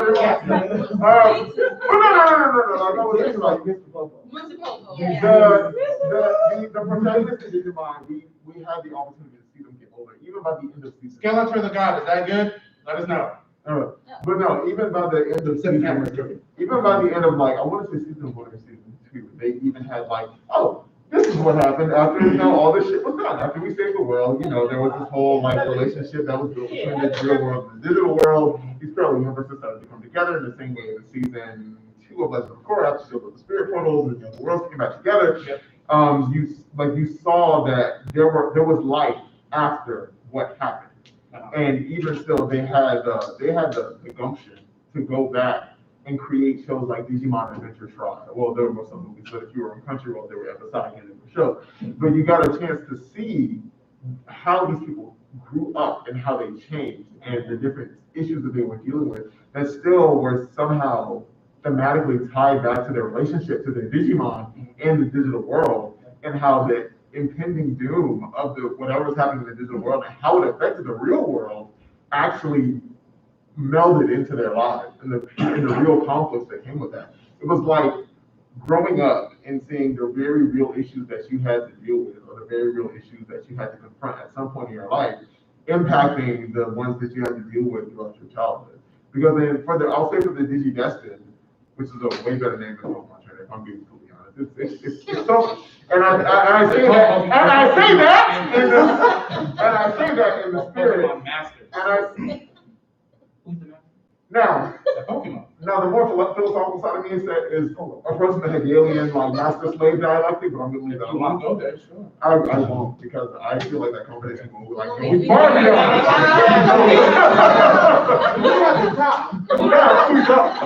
we don't have a time for Hegel's master-slave dialectic, but just the. No! Back to the bracelets. How do you feel about the concept between the Digimon, how they're raised, and as well as Pokemon, how they're raised? The differences and the similarities. Yeah, here's the thing, there's more of a relationship, I think, between, well, it depends how you look at it, because Pokemon, as I was saying earlier, they separate their lore so much depending on what you're looking at, between the cartoons, games, and the manga, because in the manga, that's where all the grown-up shit is at. That's the death, the war, the Pokemon being used as weapons, all that stuff is. Like, they keep all of that away from the show. Of course. So it's just that relationship between the Digimon and their trainers, or the Digidestined versus the Pokemon and their masters, which is kind of, I'm not doing that today. Because when you look at the manga side of it, that Pokemon side looks a lot more questionable than what Digimon look like. At the end of the day, Digimon, no matter where you look at it, no matter what you're doing, whether it's the games or the manga or whatever, it always looks the same. It's one dude that's pretty much like has this Power Ranger Transformer and a Digimon, and he's stuck to that. He's stuck to that. Like that's his, people let me tell you about my best friend type thing. Yeah. So when Pokemon out, it's like, damn, my Pokemon died this war. All right, we about to get another one. Like, just get another Charizard in the battle. Oh shit! Wait a minute. Maybe that's why Pokemon did so well in America, because the idea of the imperialistic,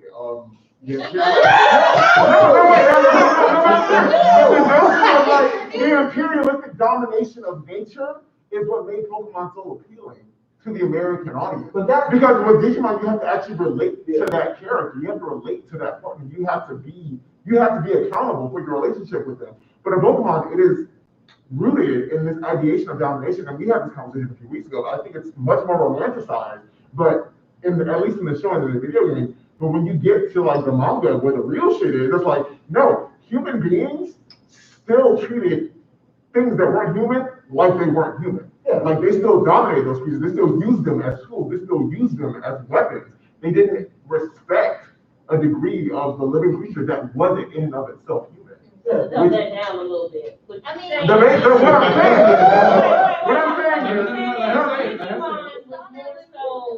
real like I'm gonna take care of my dog, pet, bird, whatever. Right? Yeah. No. And then Pokemon gave you that fantasy of domination. No, what I'm saying is Digimon gave you more so that ideation of what a true relationship is supposed to look like.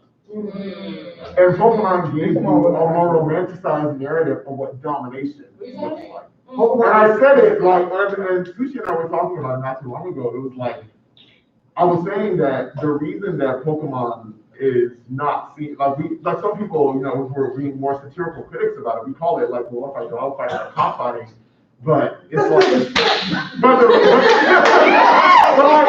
the reason behind, but it's like, oh, it's okay because we're all friends at the end of the day. It's like, no, but you're still using this creature to fight, to battle. You're still using it as a means to an end rather than a means in and of itself. I'm gonna stop being Kantian for a minute and just shut the fuck up. But go on. It's like a conversation of where Digimon teach you what a relationship is, Pokemon teach you what Domination. It's more than domination. They're items. Those are strictly items. It's like 3/4 of a man type thing.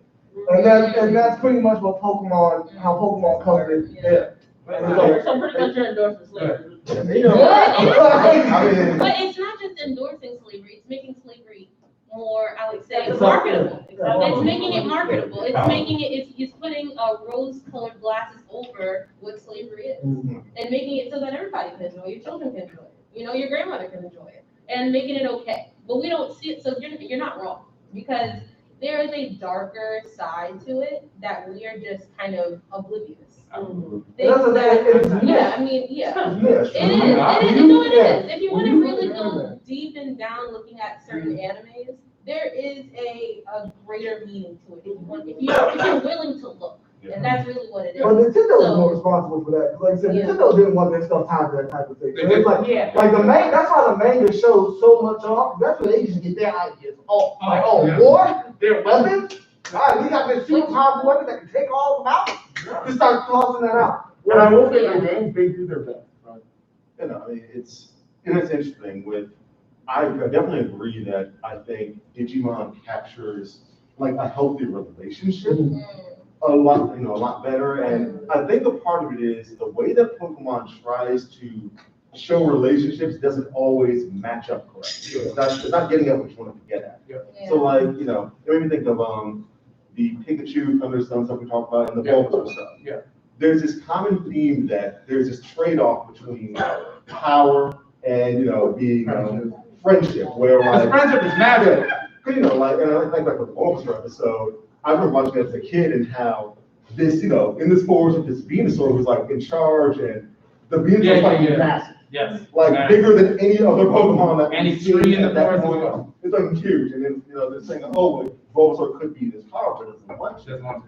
And for that reason, the right choice to make in that situation is not to take the power and to instead respect friendship. Yes.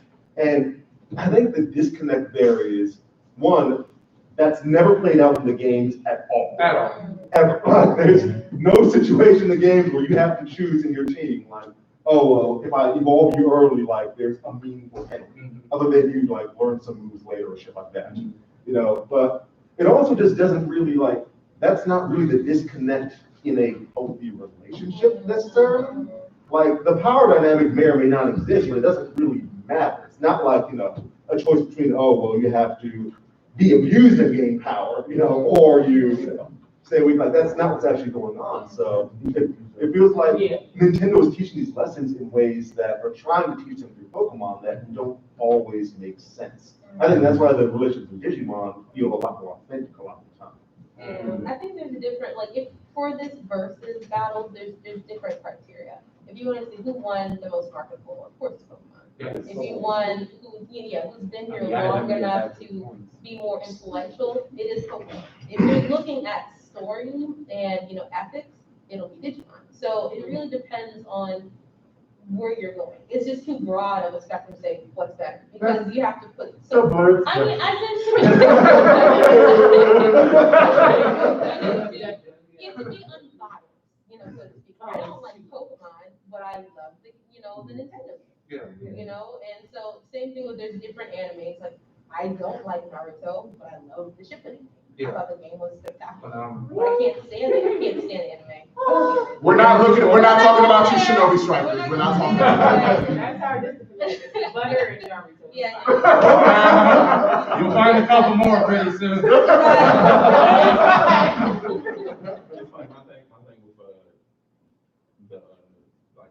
Dichotomy between the relationships of Pokemon and Digimon is, I felt like there was a lot more the relationships in Pokemon, they came about more organically because you were actually meeting different organisms. You had to figure out what their personality was, and you had to, adapt and get to know them. And some people don't get along, so you didn't get along with that one. Other ones you came for a good relationship, they came with your favorites. Whereas the Digimon, there was no happenstance or agency involved. They are literally blessed with these motherfuckers who are not only going to get along with you, but their personalities are tailor-made to support you, so you become the person you needed to be. But that's the anime though, I mean. I just feel like the spice of life. I don't know if he ever really got there. Gomamon was trying. Gomamon was like a social worker, like, baby, you got it. We're going to do this together. You're trying to be simple and you just fucking pick a fight with me. Shit, I wouldn't fight you. Eye contact, decorator. I'm just saying. Conte stops, I had to pick it back up. That goes into like my bigger thing for why I think I'm generally going Pokemon is that Digimon has always been kind of project to project, and is much less like Pokemon is a much more realized world. Yeah. And everything is interconnected. Things have etymologies. Things like the freaking. About to say they have descriptions of the trees certain Pokemon live in. They have like the Caterpie eats the leaves off of this, and this Pokemon lives off the roots off of this, and we don't have almost any of that in Digimon. It's literally just up these kids because again that relates kind of to the stakes. Because in Digimon we don't got time to look at all these details. What she does, because we trying to. Do you remember the name of the type of run-throughs for Pokemon where if your Pokemon faints, you just stop? Nesbit. Nuzlocke. Yeah. So I was not to cut you off, but I was going to. I'm sorry for cutting you off, but I was going to piggyback on that on your point and the doctor's point about the fact that with Digimon, if a Digimon in certain Digimon games, if the Digimon dies, it's gone. Or in the storyline, if Digimon dies, it either turns back into an egg or again, it's gone, like Wizard Man. I think that. I'm going to give it to you. I just want to disappoint. So with the Nuzlocke, and there's several videos online, and specifically, I forget the name of the YouTuber, but she made a kind of animated run through of her Nuzlocke. And what she was explaining is, with a Nuzlocke, a run through of the Pokemon game, once your Pokemon faints, you stop using it. You either throw it away or you leave it in the box. You don't touch it at all. So if Pokemon was more like that, where you literally would have to train your Pokemon, get it strong enough without it fainting, fighting, legendaries, Pokemon in the wild, battles, all types of things, I feel like the relationship that some of you, not you specifically, but some of the people who are more invested into Digimon, may be a little bit closer to Pokemon if you felt like you were more closer or you had to prevent your Pokemon from dying. That would make it get worse. Why would it make it worse? Because that means I'm taking the time to train this Pokemon and it is dying. But you're taking the time to train it to make sure it doesn't die. Well, that's the thing now. As a kid, I don't understand that. That's what I'm saying. That's what I'm saying. Yeah, like I get what you're saying. Yeah, you're right, but I'm just saying, like, mentally, as a kid, thinking that through, I don't like that. As a kid, And that's the part about it. From what you're speaking of, yeah, I would have hated Pokemon more because I was like, yo, you're gonna make me trade this so it can die? A lot of times, kids are thinking, all right, we gotta go get this trader. I know that maybe 2 of my Pokemon are going to get the ass whooped. Yeah. And there's one Pokemon, I got to keep him around just enough to fuck up the other 3. Yeah. So, all right, you got to go on this first fight, you got to go on the second fight, and the old boy will come in and wreck both of them. But I think so first of all, to quell some of your words on Wizardmon was a part of the canon where Digimon, just ever so slightly, I didn't say completely. That I think that it would only be when it's like Wizardmon may have been destroyed, but he was still a part of the canon where Digimon became eggs when they were destroyed and had to go back up again. Where was he? I don't know. Where did he come back? Did he come back? I didn't see him. They have Bring him back. You got abandoned issues, you can't solve that today, but you can't do that. Trust me, I know. But no. But when it comes to like, but no, when it comes to the idea of what it means for Pokemon, like, so there was a more, even, I'll say for all intents and purposes, there's this Nuzlocke relationship to Pokemon. That if it faints in battle, and the shit is dead. Because that would mean that Pokemon, that would mean that you're not simply capturing, actually, let me reword myself. You're not simply capturing wild creatures who, for all intents and purposes, are just living their lives for their own intentions. You're putting them into deadly situations, unnecessarily so, to achieve your own ends with the assumption that what you're doing is for their essential betterment, when in actuality, their lives in and of itself has no contingency like towards what your personal goal is, and has no relationship to what it is you personally want to achieve. But because the trainer in and of themselves believes that what they're doing is inherently right, like capturing this Pokemon and raising it to a degree in which they are, which forgive my language, is related to this more imperialistic or globalized idea of what it means to be powerful or strong or domineering, to the point where you can defeat an opponent when they were fine. Pokemon are still wild animals. That's why I couldn't fuck with Pokemon, because as a kid, I mean, you said it too eloquently for my dumb ass at that. That's why I couldn't do it, you know, because as a child, I saw, you know, this trainer throw an egg thing at a like, oh, I caught you. And I'm like, leave it the fuck alone. It was eating in the bushes. Like, what the fuck? But you know, the one problem was like, at one point, I forgot where it was explained, and I wish I could remember, but it was like, I think it actually, you know, it was in a death battle.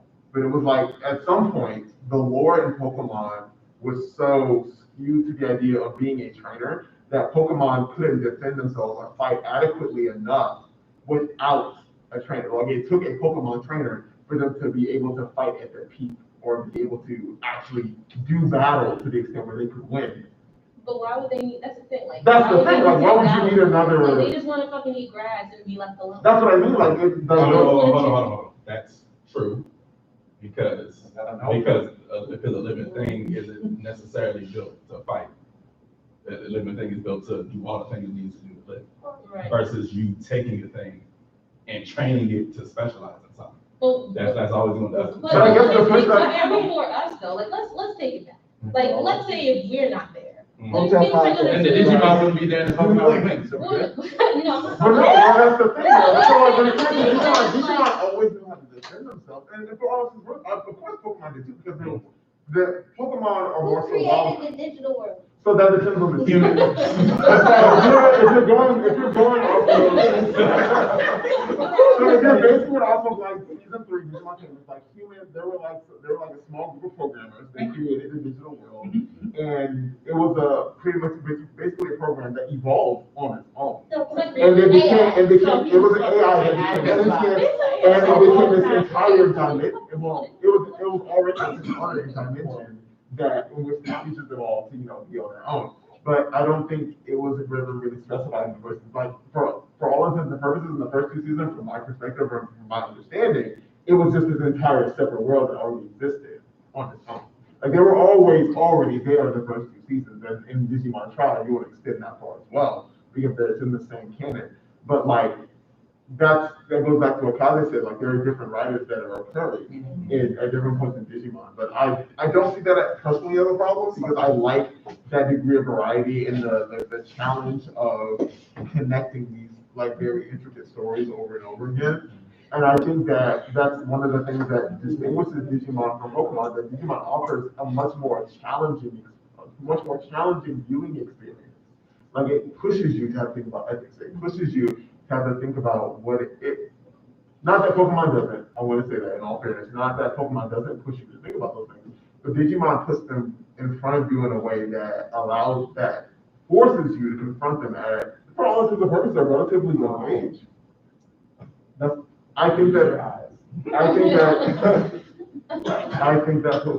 Digimon pushes you, for all intents and purposes, to.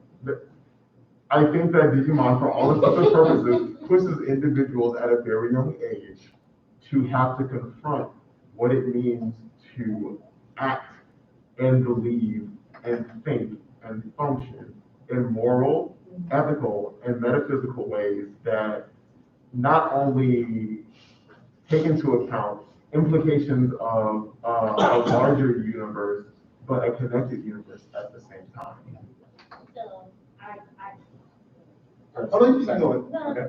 so I can agree with that because with Pokemon, the first time we were talking about ethical and moral and all that, the first time I realized that Pokemon were slaves was with YouTube. It presented a whole different view for me, and it was like, oh, you're right. This is Right. okay. But I feel like Digimon is so it's a world created by man.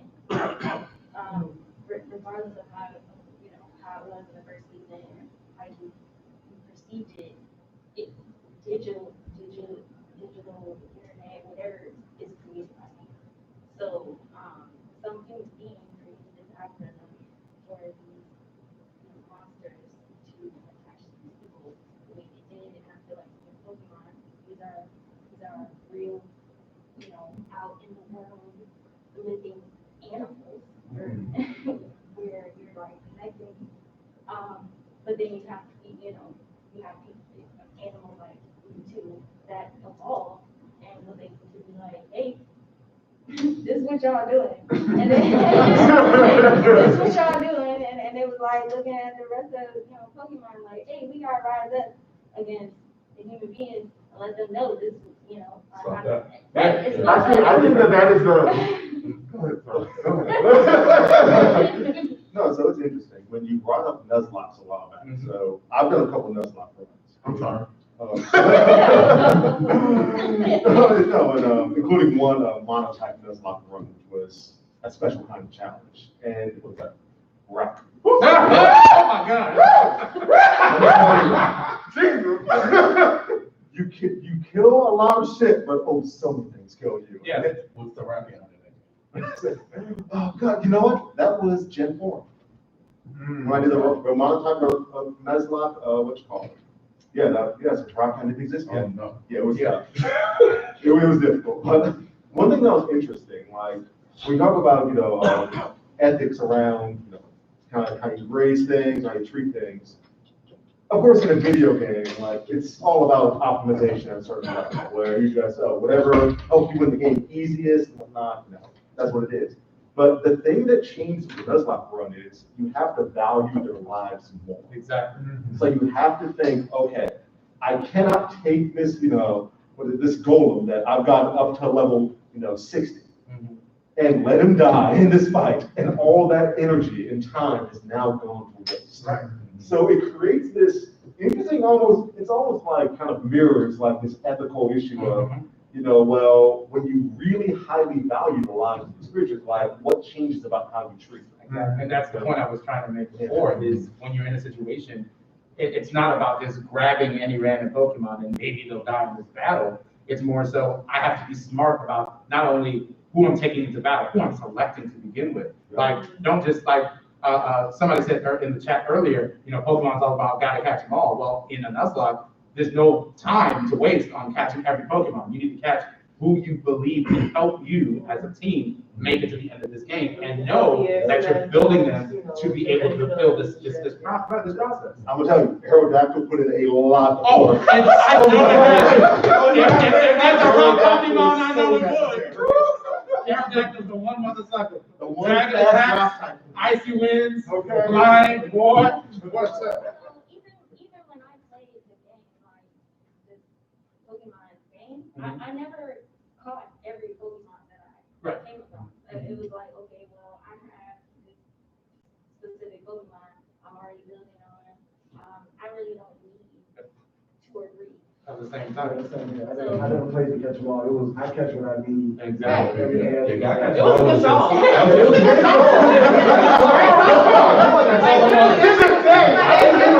didn't even fuck around. Like all that shit, stuck in their head.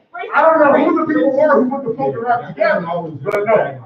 But Pokemon often, again, because it's a realized world, you have Pokemon breeders. But I say you got Pokemon scientists. Yep. But I say you got Pokemon cooks. Yep. But just like you can do whatever you want with Pokemon in that world, you can set whatever goals you want in this game. You can use all of one type. You can make the best goddamn berries in the world. Yep. You can you can take your Pokemon to the show. Yep. The prettiest goddamn thing. Ever. And like, you know, one of my again, one of the things I like about Pokemon is how realized the world is, and not only that, how that goes down through to not only how it's displayed but down into design. Like Pokemon, they from Gen 1 they've had IVs and EVs, and IVs are pretty much Pokemon's genes. So like every Pokemon you met had different stats. Just like any other thing. Some things will be faster than others, some things will be bigger than others. Like certain people in certain races. And then aside from their base genetic stats.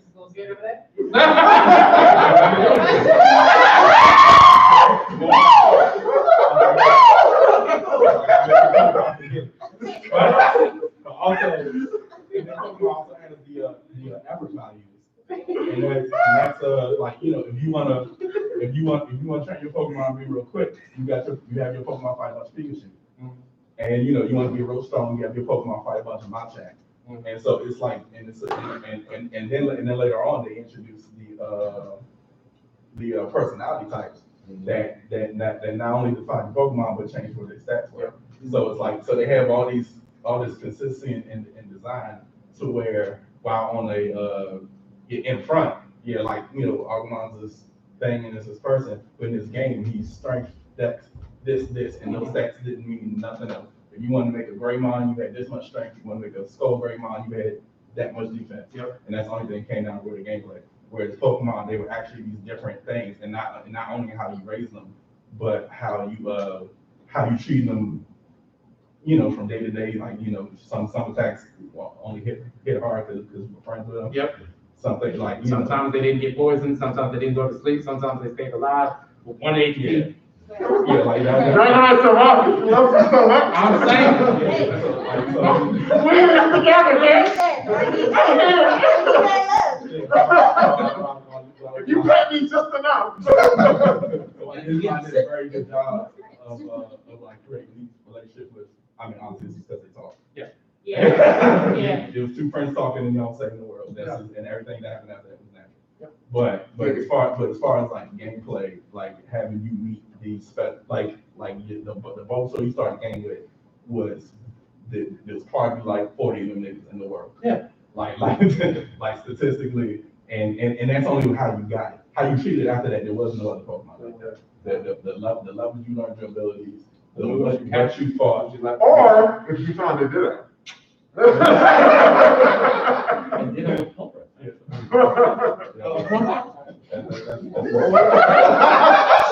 That's when you start twisting things.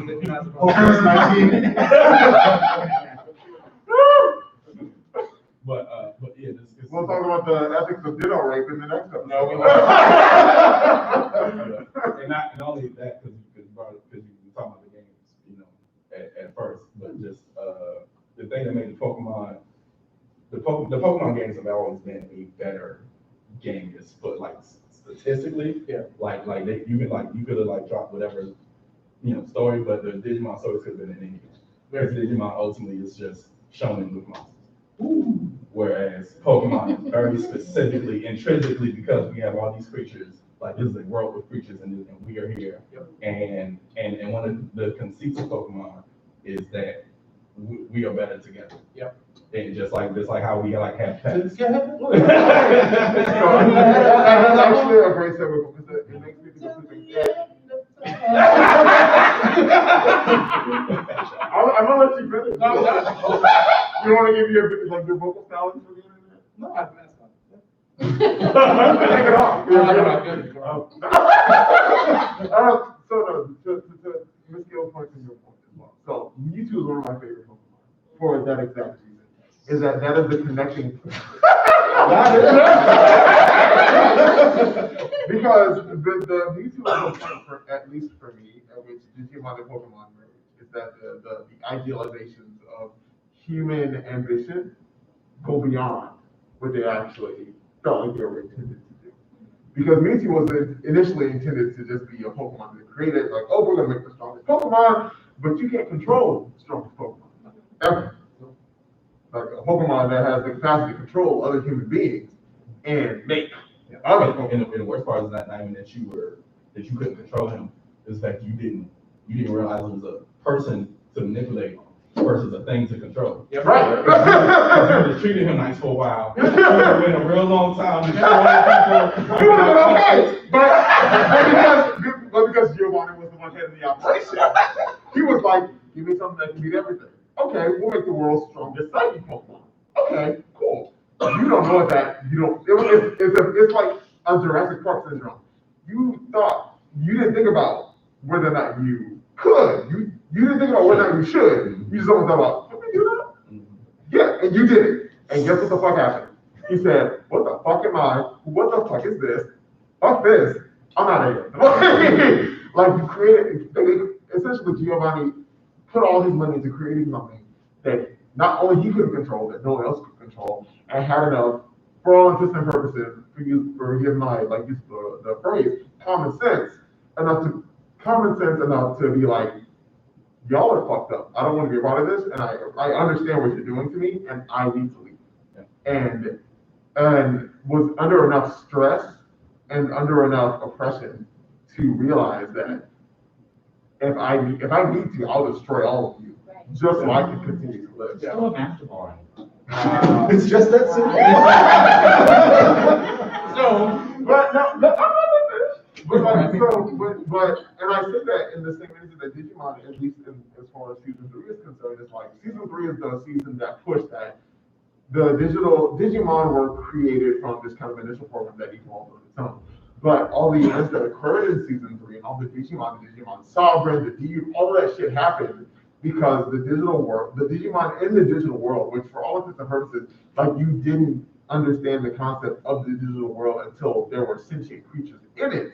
You just knew there was a digital space that humans could affect, but had no tangible access to until they were digidestined, that evolved on its own to the point where there were Digimon so powerful that they inevitably had the capacity to move into a separate dimension from their own, and not only affected, but affected in ways that were detrimental to the initial beings that created it in the first place. And that's why I say that Mewtwo is that connecting factor for me between them, because human ambition has always been projected in both of these instances in which human beings have created something that they in turn had no ultimate real control over. And ultimately what it means for me is that Digimon created a world that was independent of what it meant to be human. And Pokemon, from my perspective, I'll say it at the very least, is contingent upon what it means to be human. Pokemon, from my perspective, have always been not just tools, to be fair, but creatures that have always been contingent upon the human experience. But Digimon have always been independent of it, and have always pressed for this examination of what it means to be human and understand an existence that is entirely separate from yours. And I'll say from my own kind of like prerogative, the ethical and moral, as well as the philosophical and overall metaphysical implications of that are far stronger in that franchise than they are in Pokemon. Real quick, welcome to the Hotep Podcast.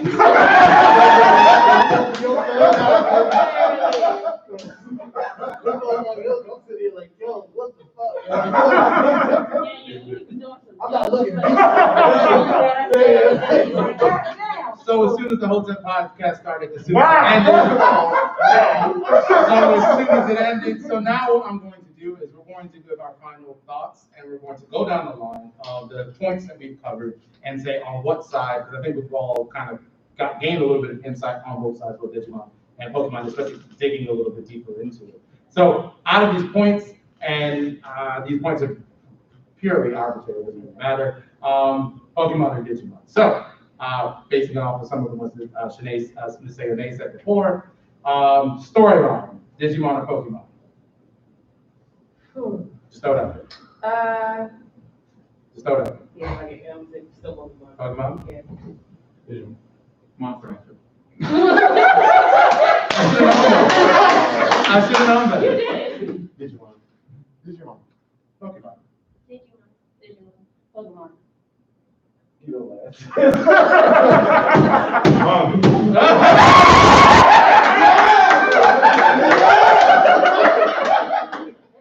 All right, oh no,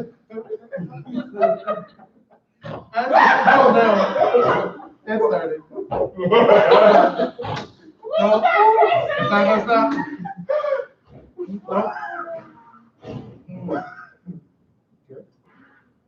Okay. I can guarantee that it will happen. As it pertains to, I mean, it's kind of obvious, so we're gonna just move really fast. Marketing. Yeah. Just say, I have to do- we I have to all do- say Yeah, we Pokemon. all do. You don't do it. That's a bad. I have to- That's a bad. Many people say Pokemon in marketing. Yeah. Actually, I'm gonna say Pop-Tarts. They did that thing. I ain't never. There are more Pop-Tart flavors than Pokemon than there were As it pertains to gaming, Pokemon and Digimon. All right. Pokemon.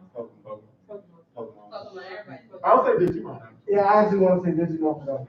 Okay, for marketing. Because No, for no, gaming. no, Oh, in terms of gaming. gaming, You're in saying, terms of you're gaming. saying marketing. Marketing, Yeah, there's no no one competition. says marketing, I think gaming. Well, yeah, Yeah, gaming. in terms of marketing, there's no competition. Yeah, right. But in terms of games, Yeah. I want to get that Digimon, just because of the spectrum and how entertaining all of them were just for changing stories. Still say Pokemon because honestly, I still, to this day, I do probably played it and I probably don't remember it. It's just like, it's not as marketed as a Pokemon game. Yeah, that's, I'm separating. I mean, as a I'm separating separate, you played it and you know like all this shit and whatever, that's cute, whatever. But if you don't, as myself, I'm gonna be like, I'm just looking Pokemon. And that's why that marketing killed, that marketing won the way it did. For real, it's like a domino effect. You don't have to market if you don't know the game. I'm just like, I don't know how to tell you And I've been how playing to. more than 10 of both types. Exactly, it's like, especially if they had, how many games have they had? More, I'm saying more than one probably. Yeah, a bunch, and I don't even know what.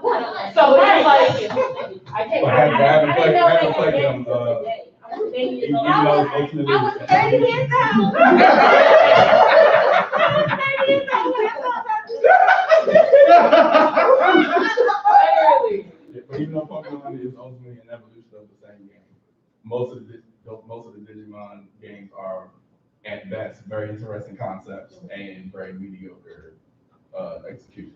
Okay, so All right, now, yeah. That's it. Yeah, because if every Digimon game that did something amazing that wasn't in the next game. Because it's different teams, different people. It's really because like Cyber Sleuth was amazing. If you played the first one instead of playing the second one, like, because it was, you played both? Yeah. Okay, like, the second Cyber Sleuth, I didn't need that to happen. But the first Cyber Sleuth was phenomenal. Because it was like playing Persona, but playing Digimon at the same time. Because you were like living in actual life, which was weird. But still dealing with like the effects of like a parallel like world at the same time. And it was beautiful to go through. Because I personally have never played a Persona game outside of Persona Arena. Like, amazing. Yeah. Go ahead. The worlds, in terms of story building and how the plot kind of created these environments. I'll start with this other time. So this is difficult because, like I said, mediums. So because of the medium difference, we'll go Pokemon on this one. Pokemon, deep as hell. When you get to that Mega. So much. No, still Pokemon. I'll say Pokemon because of the detail and it's easy for me to grasp as a kid. Okay. Yeah. Pokemon. I'll say Digimon only because I feel like Pokemon was more retroactive than some of the things that Digimon actually was doing initially. I'm gonna keep going because I know that. I'll say Pokemon. Thought long and hard about this. Giggity. I'm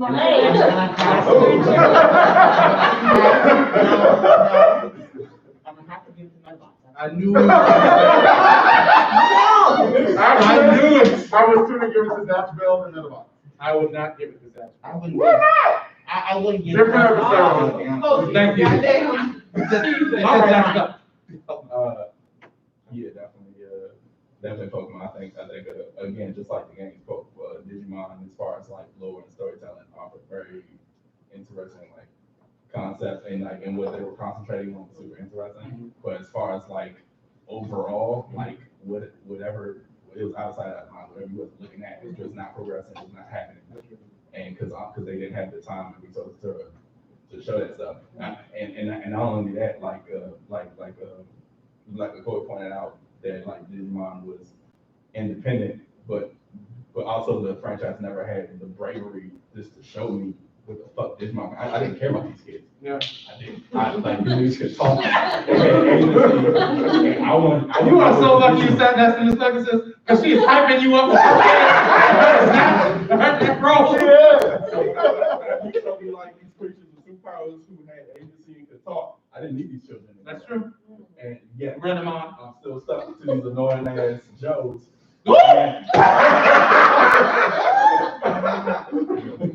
like, yeah,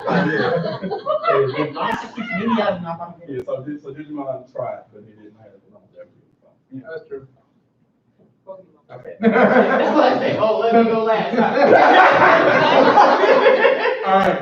As it pertains to the I don't have you know that Joe in and of himself was mediocre from the get-go. And everybody knew it. Because the nigga was studying like shit and was still failing. Yes. Yes. And you know who was by his side to gas him the fuck up? Go. Yes. Because you know what? Because everybody needs somebody by their side to make sure when they reach for something I don't even know if they can do that. All right? Yes. I went to my program association. I was about to say. So it's nice. But you know who was always there? Mimi. You know why? Because she had money and she had time. That's all you feel. Like I said, Kaze literally just said that these Digimon were programmed to fill in the gaps of what they didn't have. So if literally Joe had Gomamon, who was supposed to literally complete him, and he still wasn't an ain't shit nigga. He's how it is. Pause. No. Because what you said about Lucy, the idea that because the idea of what you said of Lucy, the idea that Gomamon was specifically programmed for Joe, but that's not. I didn't say it. Kaze did. I know over that. there. It's a fact from the storytelling. It's not a fact in the world. Yeah. It's literally it's what they did. It's what they do every season. You're a program. I know.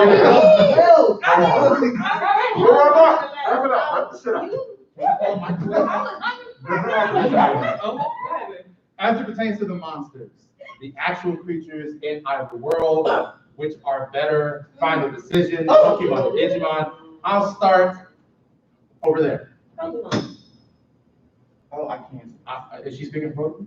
No. To be honest, I was sitting here like a monster ranch, though. Oh, Monster ranch really killed me. Yeah, I'm gonna go monster Monster ranch. Digimon? I'm gonna have to go with Digimon. Okay. I will, in terms of specifically the individual monsters, go with Pokemon. In terms of the specific individual monsters, I will go with Digimon. Pokemon was very close. Mm-hmm.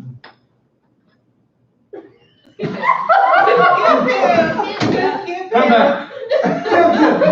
It's also relatively close to me, but I think the fact that these things live somewhere and are part of their Ecosystems.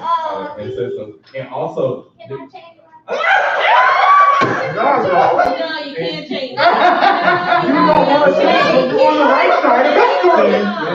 Also, when Digimon, and these are some of my favorite designs, but when Digimon went off and made the strongest Digimon niggas in armor, yep. then it's like, okay, okay, well, you just lost to a pill and being all about fucking monsters. Yep. It's just like all these wild, crazy things. But you want real power? Yep. Person with a plate. With plate. And a wing. Yep. And I was like, I thought you were monsters. Like, Right. Listen, the way spirituality and religion is set up in the US, you would think that a holy Digimon would appeal to some motherfuckers, but they just. they're awesome. So what did you do, man? Oh, it's Pokemon. She was like, but I didn't get social. I'm just saying, if I was in armor, I could watch anything. That's Oh, true. you're right. Like, See, that's what I was going on. No. I still say Pokemon. Okay, now, as it pertains to the human equivalent, the trainers, the tamers, the actual, I have to put them in there. The humans on either show. Fuck them kids. Start over there. Ryan said it, he said, fuck. I'm not. That's my vote too. No. I didn't hear the question.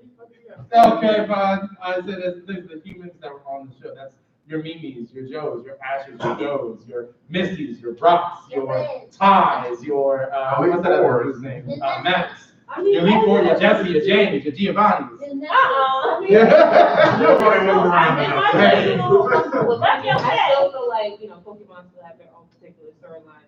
Not gonna lie, they still have the in-depthness as Digimon, but I feel like I put it in my own in-depthness as a Pokemon. Yeah, well, like I said before, fuck them kids in general. but like, if I had to pick which one was more interesting to me, if Digimon existed, I probably wouldn't fucking get picked. This is fine. X amount of years. Yep. And they got to do this shit, and I got to go to school and shit. That's the problem with shit. That's the problem. Anywhere I turn 10, it's ready to go. It's like a fire dog in the woods. If you learn anything from James, it don't matter how old you are. If you got money, bitch, you can do it. I guess that excludes everybody here. That's very true. Just leave me alone, Digimon. I figured that was good. I'm so completely neutral on Oh, this. wow. Completely. I do not know who to pick. Yeah, I'll say. Start to the G. That's Start to the G. No, what would you I will go with Digimon because I feel that between the difference between Pokemon and Digimon for me, and not even just the aspect that you talk about, I feel that's unfair because in some instances you can clearly see that trainers understand their Pokemon regardless of whether they use, speech or not, or humanoid speech or not. That the fact that you see that Digimon actually put themselves in a position to not simply complement their child, but be contrary to them into the aspects that allow them to evolve as people, puts them in a weird. So Okay. Pokemon because it's black people. Specifically that Pokemon. ooh, that was dirty. That was dirty. You did that on purpose. That was a dominant that you just like. Black people don't have destiny time. I'm just saying. I'm just saying. That's where we are. If that's the case, then all of you must know because it's not about your anime in general. Thank you. That was made by a nigga, but otherwise, drop all that other shit. Shield. Bitch, yeah.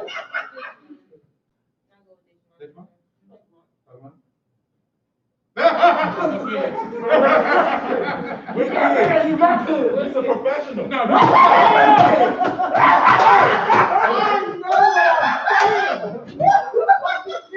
Put in the time. You done the research.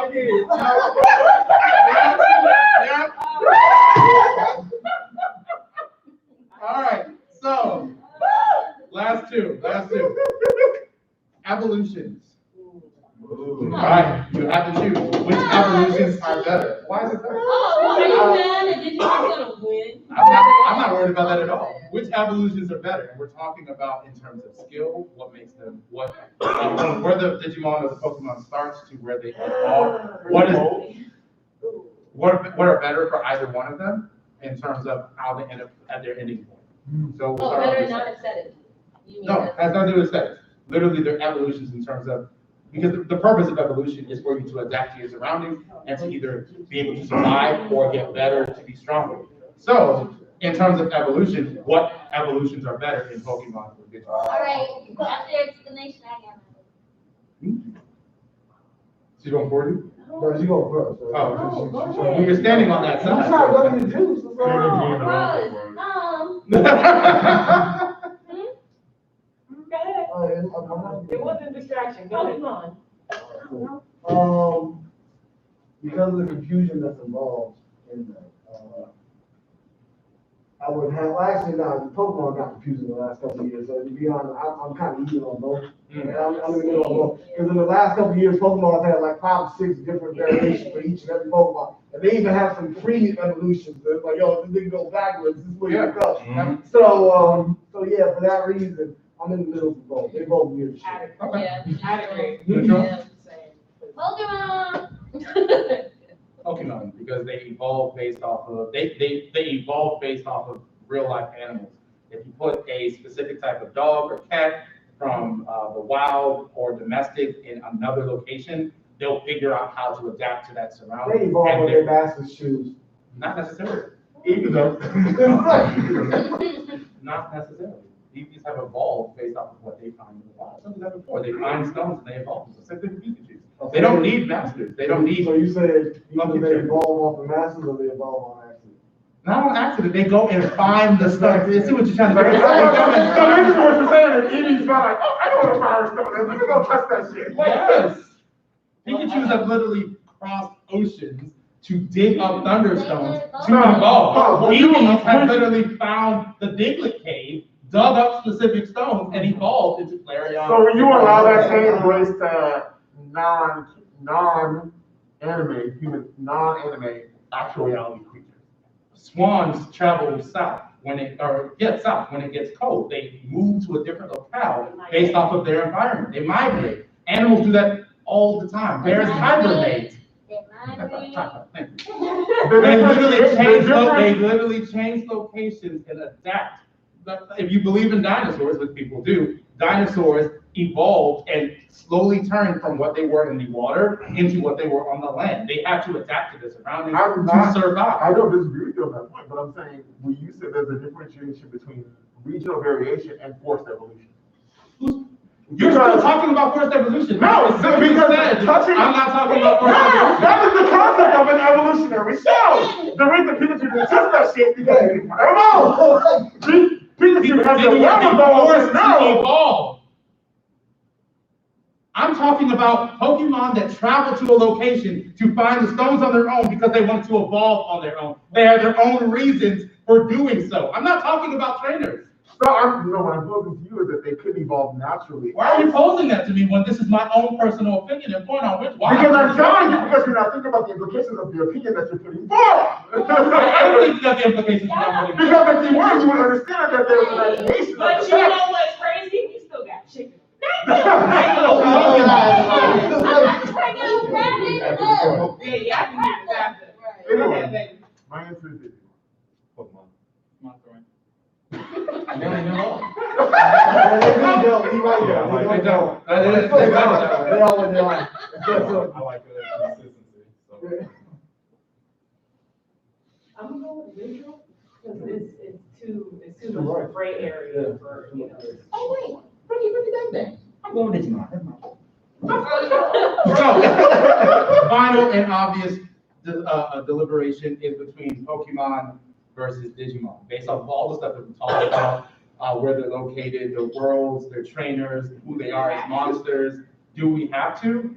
Technically, no, because we've all kind of stood dead in our heels and dug them into the ground on what sides that we're on. This doesn't mean that Pokemon wins over Digimon or Digimon wins over Pokemon. It's just to say who we like and who, at the end of the day, did anybody switch sides? Can we just say same? Okay, Digimon, raise hands. Simple. Great. Pokemon, raise hands.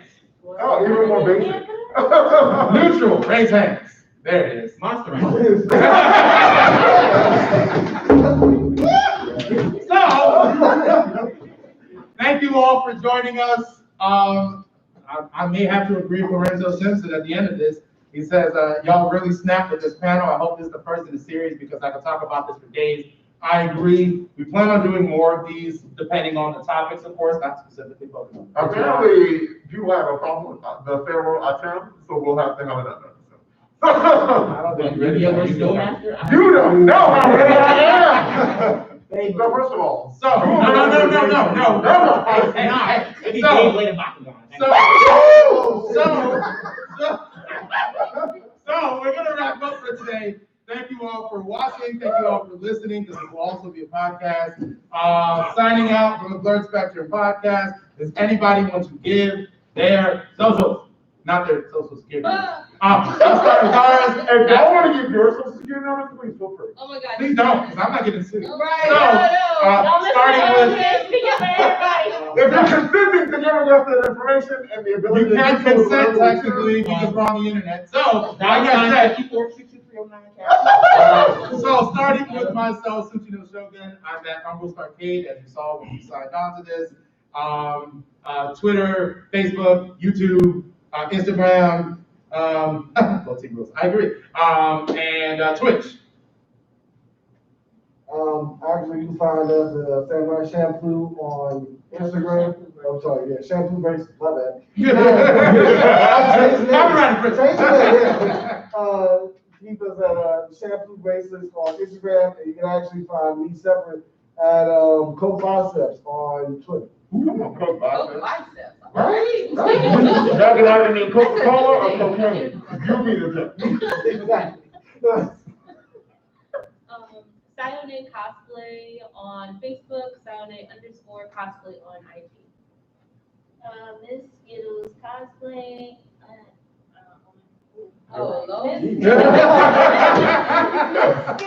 Skittles_cosplay on Facebook and IG. The Black McCoy on Instagram and the Black McCoy cosplay on Facebook. All right, so I guess I will get my social media. It's just my name, Rod Turpin, on Facebook. It's Joe TSG on Instagram, and Mimi the Baddest on Twitter.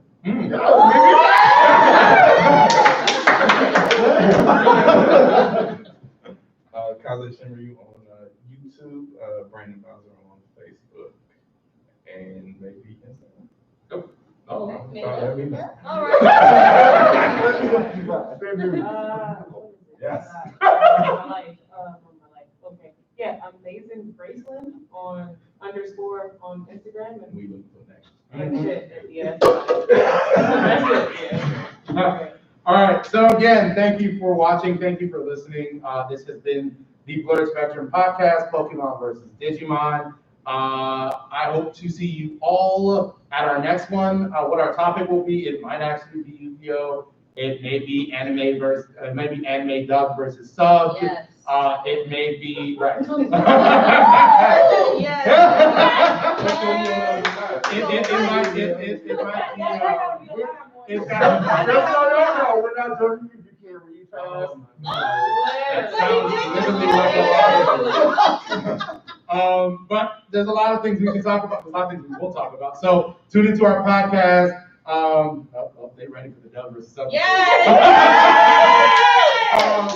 into our podcast. You can find us on Spotify, on Apple Music or iTunes rather, as well as on what's that thing called? Alexa. Thank you. And Amazon Podcast and Google Podcast. All right. Signing off. Everybody say your goodbyes. Oh, last but certainly not least. We got a birthday! Shampoo bracelet!